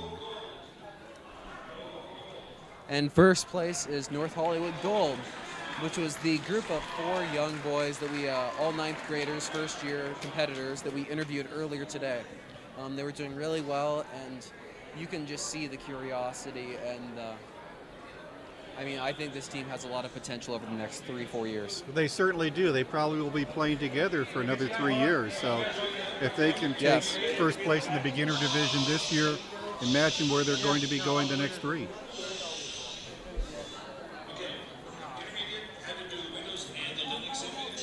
All right, so now we're moving on to the intermediate category. For the intermediate category, they had to do both a Windows and a Linux image. Third place went to Cleveland High School. Are these the Cleveland students that you talked to today? I believe they were.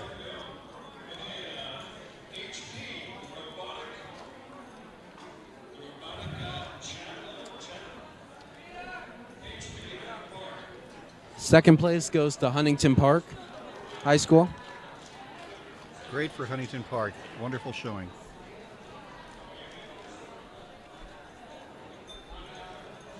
I don't know about you, Dan or Matt, but the closer we get to the winner of the Advanced League, the more excited I'm getting. Well, we know it was neck and neck. Absolutely. A great battle. Yeah, and like I said earlier, it really came down to the Cisco Challenge. I was talking with Carrie. It was literally just one school didn't do as well and got about half the points on the Cisco Challenge, and the other 2 schools missed 2 out of 40 points. So you can really see that just one challenge, 40 points, makes the world of a difference in Cyber Patriot.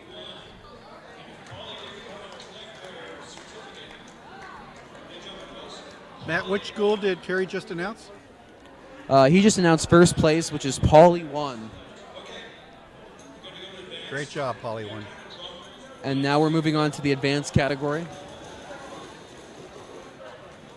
And I find it interesting that the idea that it's not necessarily at this high level in the advanced category of who did better than the other team, and that's the winner. It's who didn't make a mistake. And that tells me that everybody's very skilled, everybody's very dedicated, and they're well-rounded. And that's good for the sport. Matt, which team finished third? So third place is North Hollywood Fritz. So one of North Hollywood's teams shining. So Franklin could be second, could be first. North Hollywood could also be first. How exciting would it be, Dan, if it wasn't Franklin or North Hollywood in first? That would be an upset.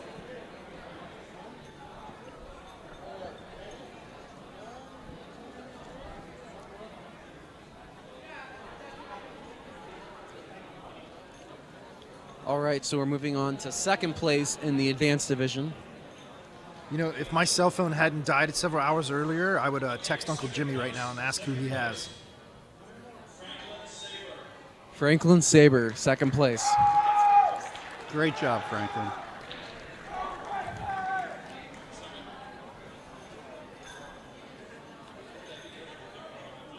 Matt, I believe this was a 2-person team today? Yes, this is the team of 2 we interviewed today. Both were freshmen last year on the national finals team, and they're back this year, and the 2 of them did well, but they just fell a little short. A 2-person team in 10th grade, which means they'll have 2 more years after this year. Yeah, it'll be interesting to see what the 2 of them do over the next 3 years. That's a and big first place goes to North Hollywood Togo. So Togo is a team that had a lot of success last year, and it looks like they were a full team today. Yeah, they came in full force, all 5 of them, and they did a really good job today. And there we just had a great display of sportsmanship with that little secret handshake. I don't know if you caught that, Matt, but that was interesting.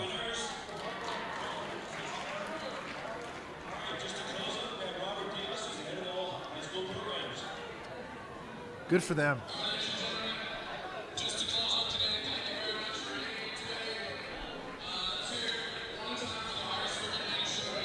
So Matt, can you ask North Hollywood a few questions on How did they do today? How did they win?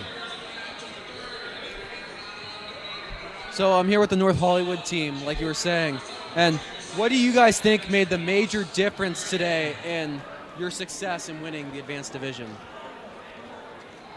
I think the thing that gave it for us was probably the Cisco, because we were tied with like one other team, I think, for the first place. So the Cisco is what pulled it through for us. Is what made our team stand.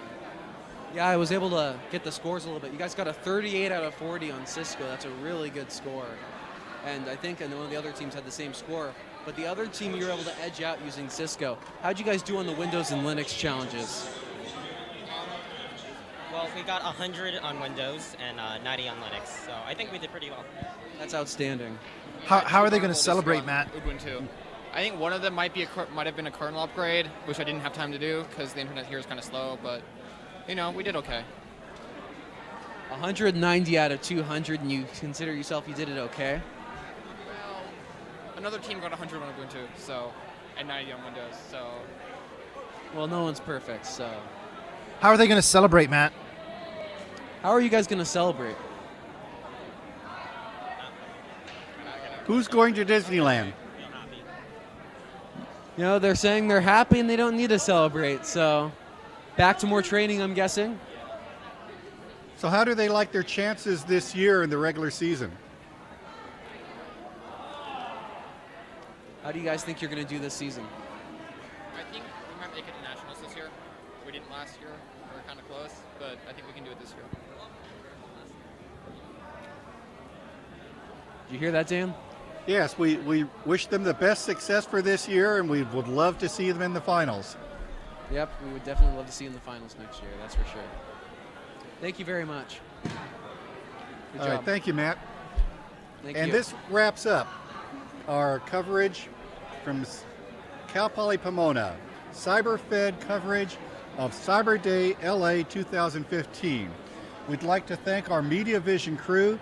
We'd like to thank all those that we interviewed today.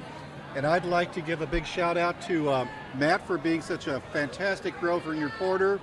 And Jason, as always, it's a pleasure. The honor's all mine, Dan.